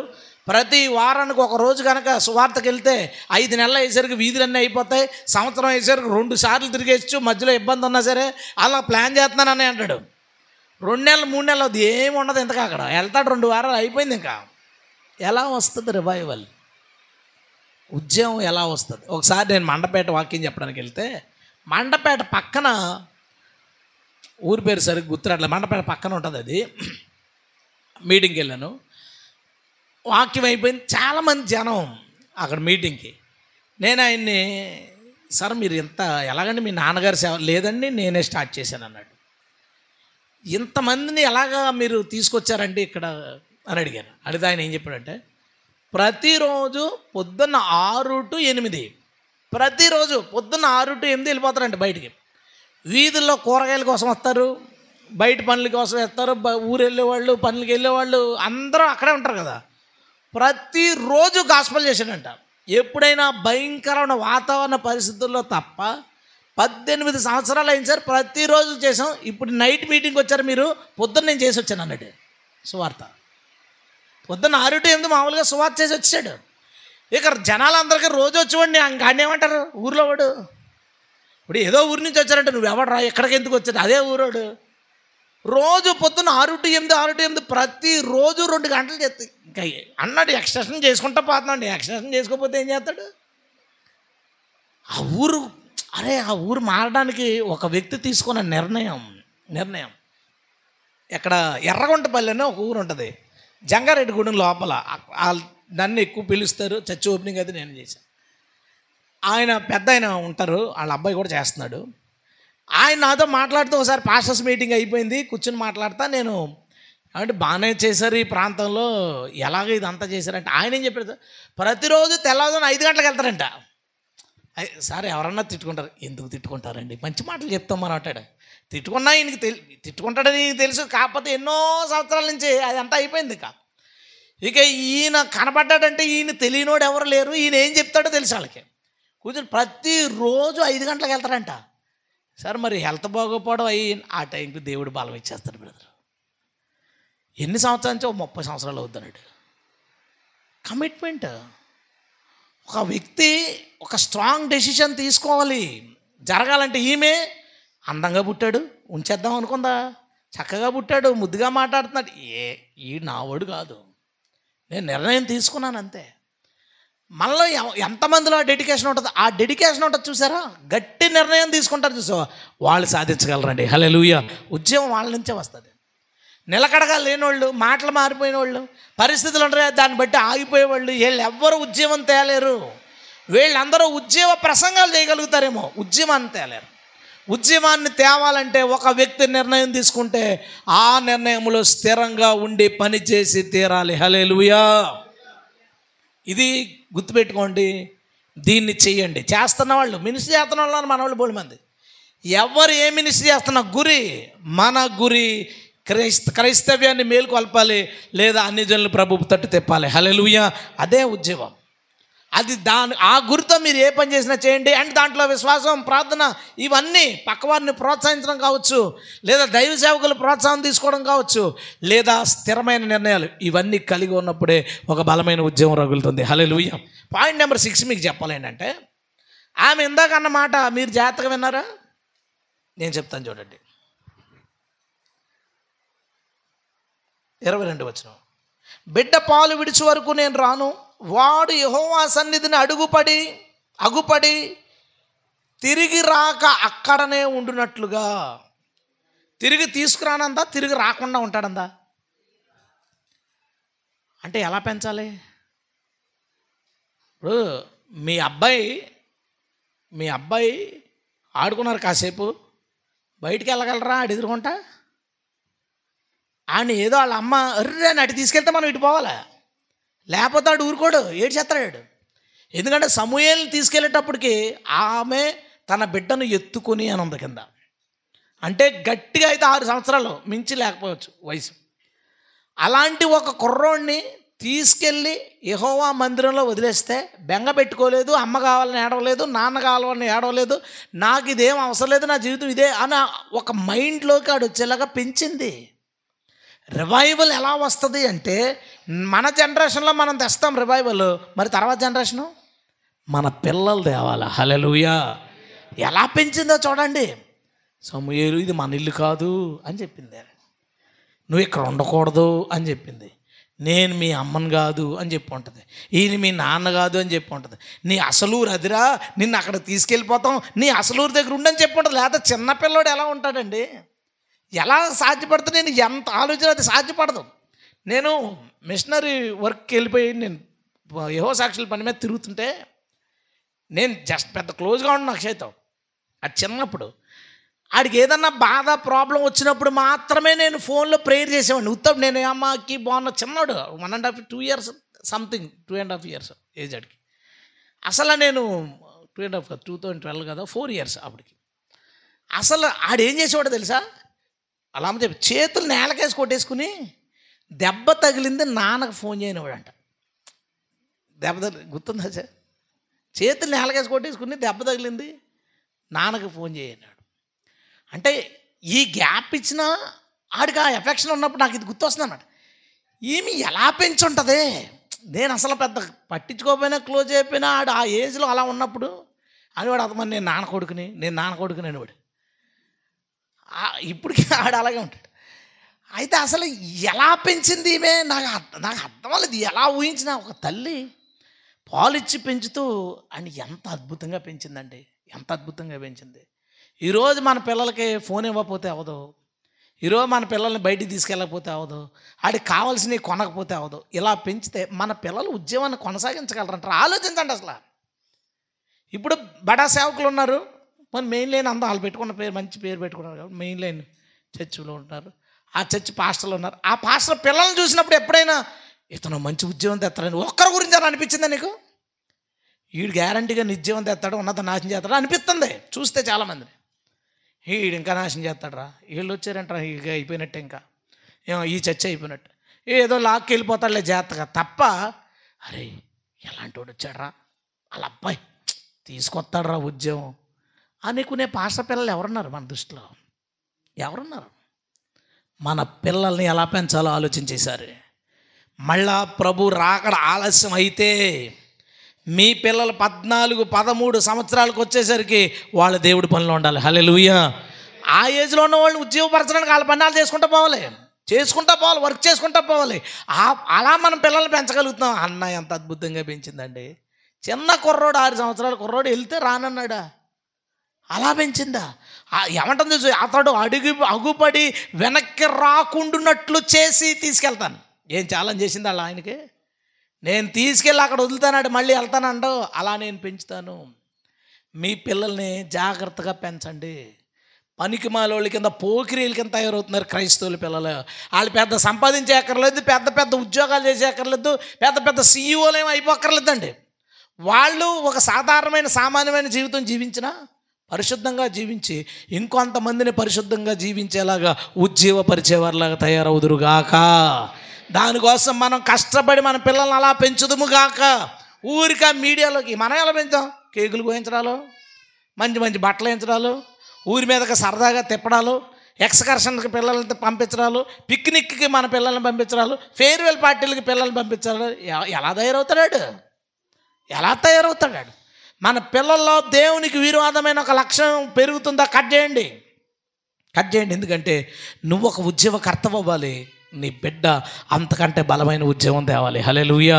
ఒక కొత్త జనరేషన్ మనమే తయారు చేయాలి. ఎలా తయారవుతారు? నువ్వు ఆలోచించి. అసలు నెక్స్ట్ జనరేషన్లో ఉద్యోగం ఎలా వస్తుంది? తర్వాత మన తర్వాత పిల్లలందరూ ఇప్పుడు ఆల్రెడీ జనరేషన్ స్టార్ట్ అయిపోయింది కదా, కొత్త జనరేషన్ విజయాల పిల్లలు వీళ్ళందరూ జనరేషన్ రెడీ అయిపోయింది కదా, వీళ్ళలోకి ఉద్యోగం ఎలా వస్తుంది? మన పిల్లల్ని సరిగ్గా పెంచినప్పుడే వాళ్ళలోనే ఒక రివైవల్ ఉంటుంది. వాళ్ళు వెళ్ళి స్కూల్లో పిల్లలతో క్రిస్టియన్స్ అందరినీ కలుపుకొని మనం వచ్చిన ప్రేయర్ పెట్టుకుందాం, మనం ప్రార్థన చేసుకుందాం, దేవుడి గురించి మాట్లాడుకుందాం, దేవుడి గురించి చర్చించుకుందాం. ఎప్పుడైతే దేవుని టాపిక్ ఇద్దరి మధ్య వచ్చి నలుగుతుందో అక్కడ దేవుడు ఉద్యమాన్ని తీసుకొస్తాడు. హల్లెలూయా. కూర్చుని వాళ్ళ గురించి వీళ్ళ గురించి మాట్లాడుకుంటే ఇంకేముంటుందండి? ఆడి గురించి వీడి గురించి మాట్లాడుకుంటే నా గురించి ఏం చెప్పుకుంటే ఎందుకు వస్తుంది ఉద్యమం? ఎక్కడ దేవుని గురించి పదే పదే మాట్లాడబడుతుందో, ఎక్కడ దేవుడు పదే పదే స్తుతించబడతాడో అక్కడ సముద్రంలో కెరటాలు ఉరికినే పుట్టినట్లుగా ఉద్యోగం పుడుతుంది. దేవునికి స్తోత్రం, హల్లెలూయా. అలా పెంచిందండి పిల్లల్ని. ఆ పిల్లోడిని అలా పెంచింది, తీసుకెళ్ళింది, వదిలేసింది, అంతే. ఆఖరి విషయం, ఏడవది చివరి విషయం చెప్తున్నాను చూడండి. 28వ వచనం. కాబట్టి నేను ఆ బిడ్డను యెహోవాకు ప్రతిష్ఠించుచున్నాను, తాను బ్రతుకు దినములన్నిటిని వాడు యెహోవాకు ప్రతిష్ఠితుడని చెప్పాను. వెరీ గుడ్, చెప్పింది. అప్పుడు వాడు, ఎవరా వాడు? సమూయేలేనా? అప్పుడు సమూయేలు యెహోవాకు అక్కడనే మ్రొక్కెను. ఇదేంటి, ఎంత ఏజ్? 5-6 సంవత్సరాల వయసు ఉన్నవాడు. తనకు క్లారిటీ ఉంది, తన లైఫ్ ఇది, తన మినిస్ట్రీ ఇక్కడ, తన ఫ్యూచర్ ఇక్కడ అని తనకు క్లారిటీ ఉంది. అందుకే అంత బాగా పనిచేశాడు. అంటాడు ఛాలెంజ్, ఎవరి దగ్గరన్నా ఏమన్నా తీసుకున్నానా మీరు చెప్పండి అంటాడు. మీరు ఎవరన్నా చెప్పండి, నా మీద ఆరోపించండి అంటే ఎవరికి సమాధానం లేదు. సమూయేలు నీ బోటి ఆడాడు, ఎవరుంటారయ్యా సమూయేలు, నీలాంటి న్యాయాధిపతి ఎవరుంటారు, నీలాంటి ప్రవక్త ఎవరుంటారు అని ప్రజలు చెప్పుకున్నారు. ఎందుకో తెలుసా, తనకు క్లారిటీ ఉంది. అక్కడనే యెహోవాకు మొక్కాను. అక్కడే దొల్లి దొల్లి ఏడ్చను. మన పిల్లలైతే అక్కడే దొల్లి దొల్లి ఏడుతారు, ఇంకా మళ్ళీ తిరగలేదు. ఎందుకంటే ఆడి ముందే అంటుంది జీవితకాలం అంతా ఇటు ఇక్కడే ఉంటాడు అని చెప్తుంది ఆడు ఎదుర్కొంటా. అంటే వెంటనే మోకరించి ప్రభువా నీకు స్తోత్రాలు, నేను ఇక్కడే ఉంటాను అంటున్నాడు. చిన్న కుర్రాడు, క్లారిటీ. చాలామంది మినిస్ట్రీ చేసేవాళ్ళకి వాళ్ళని దేవుడు ఆ పని చేయమన్నాడో లేదో వాళ్ళకు క్లారిటీ ఉండదు. వాళ్ళు చేస్తున్న పరిచర్య విషయంలో వాళ్ళకి స్పష్టత ఉండదు, అస్సలు ఉండదు. అడగరు, చేసుకుంటా పోతారు. ప్రాబ్లం అవుతే అక్కడ పిసానం ఎత్తేస్తారు, ఇంకో చోట వేసుకుంటాడు, అంతే. మార్చుకోవడమే. లేదా ఇది బాగాలేదు ఇంకోటి మొదలెడతాడు, ఇది లేదు ఇంకోటి. ఏది నీ క్లారిటీ? క్లారిటీ, స్పష్టత ఏది? స్పష్టతతో చెయ్యి. ఇది చేయమన్నాడా, స్పష్టతతో చెయ్యి. నేను ఒకటి స్టార్ట్ చేస్తానా, అది వెళ్ళిపోతుంది. అంటే చేసిందల్లా స్పష్టత కాదు, అది స్టార్ట్ చేయడానికి ముందే నేను నా లోపల జరుగుతుంది, దానికి సంబంధించిన వర్క్ జరుగుతుంది. ఇదేనా కాదా, ఇదేనా, ఓకే. ఇది చేస్తే వాళ్ళు ఏమనుకుంటారు, వీళ్ళు ఏమనుకుంటారు, చేయగలమా చేయలేమా, ఇదేంటి మనం ముందు అది అనుకున్నాం, నేను వాళ్ళకి అది చేస్తానని చెప్పాను. ఈ సెక్షనే లేదు. నాకు క్లారిటీ ఉంటుంది, చేసుకుంటూ పోతాను. ఇది చేయాలా చేస్తాను, ఇది చేయకూడదా నాకు స్పష్టత ఉంటుంది, క్లియర్గా చేసుకుంటాను, వదిలేస్తాను, చేయకూడదు. నా మినిస్ట్రీలో నాకు స్పష్టత ఉంది, ఏ ఊర్లో పెట్టాలి, ఎక్కడ పెట్టాలి, ఏ టైం పెట్టాలి, అంతా నాకు క్లారిటీ ఉంది, చేసుకుంటాను. మీరు చేసే మినిస్ట్రీ విషయంలో మీకు క్లారిటీ ఉందా?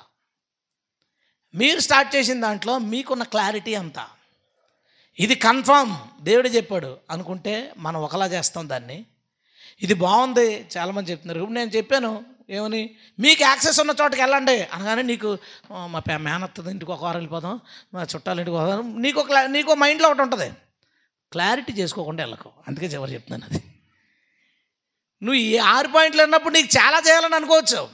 ఇలా చేద్దాం, అయితే అలా చేద్దాం. కొంతమందిలోనైనా ఉంటుంది, మన వాళ్ళలో ఉంటుంది, లైఫ్ ఉంటుంది కాబట్టి, ఆ జీవం ఉంటుంది కాబట్టి ఖచ్చితంగా ఉంటుంది. నువ్వు ఏం చేయాలనుకున్నా సరే ఆవేశంతో చేయొద్దు, ఆలోచనతో చేయొద్దు, క్లారిటీతో చేయి. దేవుడు అది చేయమన్నాడా లేదా? నా చదివితే ఆశ్చర్యపోయింది. అసలు సీన్ ఊహించుకుంటున్నాను. చిన్న అంగి వేసుకుని చిన్న కుర్రగాడు, వాళ్ళ అమ్మ పక్కన నిలబడి ఏలి దగ్గర పిల్లలు నిలబెట్టి, జీవితాంతం వీడు ఎక్కడ ఉంటాడండి, నేను ఇంక తీసుకెళ్ళని అనగానే ఏలి ఏమనుకుంటాడు, వీడు గ్యారంటీగా ఎడతాడు, ఎలా ఊరుకోబెట్టాలి అనుకుంటాడు. వెంటనే మోకరించి ప్రభువా నీకు స్తోత్రం అంటే ఎలా ఉంటుంది సీన్? ఊహించుకోవడానికి ఆశ్చర్యంగా ఉంది. ఇది నిజంగా జరిగిందా అన్నట్టు ఉంది. తనకున్న స్పష్టత, ఇది నేను ఉండే ప్రాంతం, ఇక్కడ నేను పని చేయాలి, ఇది నేను చేయాల్సిన పని అనే స్పష్టత చిన్న వయసులో ఉంది. అందుకే ఈ మాట అనగడిగాడు, ప్రభువా యెహోవా నీ దాసుడు వింటున్నాడు చెప్పు. తనకు ఆ స్పష్టత ఉంది కాబట్టి, నీ దాసుడు వింటున్నాడు చెప్పు, నేను చేస్తాను. నువ్వు స్పష్టతతో పనిచేయి, ఖచ్చితంగా ఒక ఉద్యోగం మనం తేగలుగుతాం. హల్లెలూయా. నీ పరిధిలో, నీ స్థాయిలో, నీ కోణంలో నీకే ప్రజల మధ్య తెమ్మన్నాడో అక్కడ నువ్వు ఆ ఉద్యోగాన్ని తేగలుగుతావు. ప్రతి ఒక్కరు ఉద్యోగం చేసేవాళ్ళు, వ్యాపారం చేసేవాళ్ళు, పరిచర్య చేసేవాళ్ళు, దేవుని సేవ చేసేవాళ్ళు అందరూ ఉద్యమంలో పాలు పొందుకోవాలి. అందరి మీద దేవుడి ఆలోచన ఉంటుంది. ఇతని ద్వారా ఈ 10 మందిని, వీళ్ళ ద్వారా ఈ 4గురిని, వీళ్ళ ద్వారా ఈ ఊరిని, వీళ్ళ ద్వారా ఈ ఇంటిని, వీళ్ళ ద్వారా ఈ సెక్టర్ని నేను ఉద్యోగపరచాలని దేవుడు అనుకుంటాడు. ప్రతి విశ్వాస గురించి అనుకుంటాడు. ఇదేదో ఎవరికో సంబంధించింది కాదు, ఇది ప్రతి విశ్వాస గురించి అనుకుంటాడు. ఆ స్పష్టత వచ్చిన రోజున ఆ మనోవేదంతో కూడిన ప్రార్థన చేయండి. విశ్వాసంతో నడవండి. మీరు బలమైన నిర్ణయాలు మీరు తీసుకోండి. ఆ నిర్ణయాలతో పాటు మీతో పాటు కొత్త జనరేషన్ రెడీ చేయండి. కొత్త జనరేషన్ మనం తయారు చేయాలి. హల్లెలూయా. అన్న సమూయేలుని తయారు చేసినట్టుగా మనం మన పిల్లల అనే ఒక కొత్త జనరేషన్ పోకిరీల కింద మన చర్చికి సంబంధించిన ఒక ఆవిడ మన నాతో మాట్లాడుతూ, ఆమె చర్చికి సరిగా రారు, వాళ్ళ అబ్బాయి మాట అంటలేదు. ఏమండి మా అబ్బాయి పరిస్థితి బాగోలేదు, మాట అంటలేదు, ఏడ్చేస్తుంది, చాలా ఏడుస్తుంది ఆమె. దేవుని వాక్యం ఎప్పుడు నిజం. బాలుడు నడవలసిన త్రోవ వాడికి నేర్పితే ఎదిగిన తర్వాత వాడు త్రోవ తప్పడు. బాలుడు నడవలసిన త్రోవ నేర్పలేనప్పుడు వాడు త్రోవ తప్పిపోతాడు. ఎందుకంటే లోకం చెడ్డదే. ఇప్పుడు ఆయన తేడం ఎంత కష్టం. మీ పిల్లల విషయంలో మీరు ఏమనుకుంటున్నారు? నువ్వు మర్చిపోకో, వాళ్ళని ఒక క్లారిటీతో పెంచు. వాళ్ళ జీవితం ఏంటో వాళ్ళకి తెలియచే. నీ మనసులో మాత్రం ఇప్పుడు వీడు నా బిడ్డ, వీడు ఉద్యోగం చేస్తే ఆ సెక్టర్లో రివైవల్ తేవాలి, వీడు పరిచర్య చేస్తే ఆ ఊరిలో ఉద్యోగం తేవాలి, నా బిడ్డలో ఉద్యోగకర్తలు హల్లెలూయా వాళ్ళు వాళ్ళ ఫ్రెండ్స్ని రివైవ్ చేయాలి, వాళ్ళు పనిచేసే చోట రివైవ్ చేయాలి, వాడు చదువుకునే చోట కొంతమందిని వెలిగించాలి. అందుకోసం నీ పిల్లల్ని నువ్వు తయారు చేయి. వాళ్ళని కూడా ఏమవుతావురా అంటే, మొదట దేవుని కోసం ఏదో ఒక పని చేస్తూ ఇది అవుతాను. దేవుడి పని మనందరి బాధ్యత, మనందరం చేయాల్సింది. ఎందుకంటే 300 కోట్లు నామకార్థమైపోతున్న ఈ పరిస్థితిలో చాలామంది కావాలి. వాళ్ళు ఎవరు బయట నుంచి రాలేని పరిస్థితిలో మనమే మనకున్న పరిధిలో పని చేయుదుము, ఒక మంచి ఉద్యోగం తెచ్చుదుముగాక. హల్లెలూయా. అనేక ప్రాంతాల్లో దేవుని ఉద్యమం రగులునుగాక.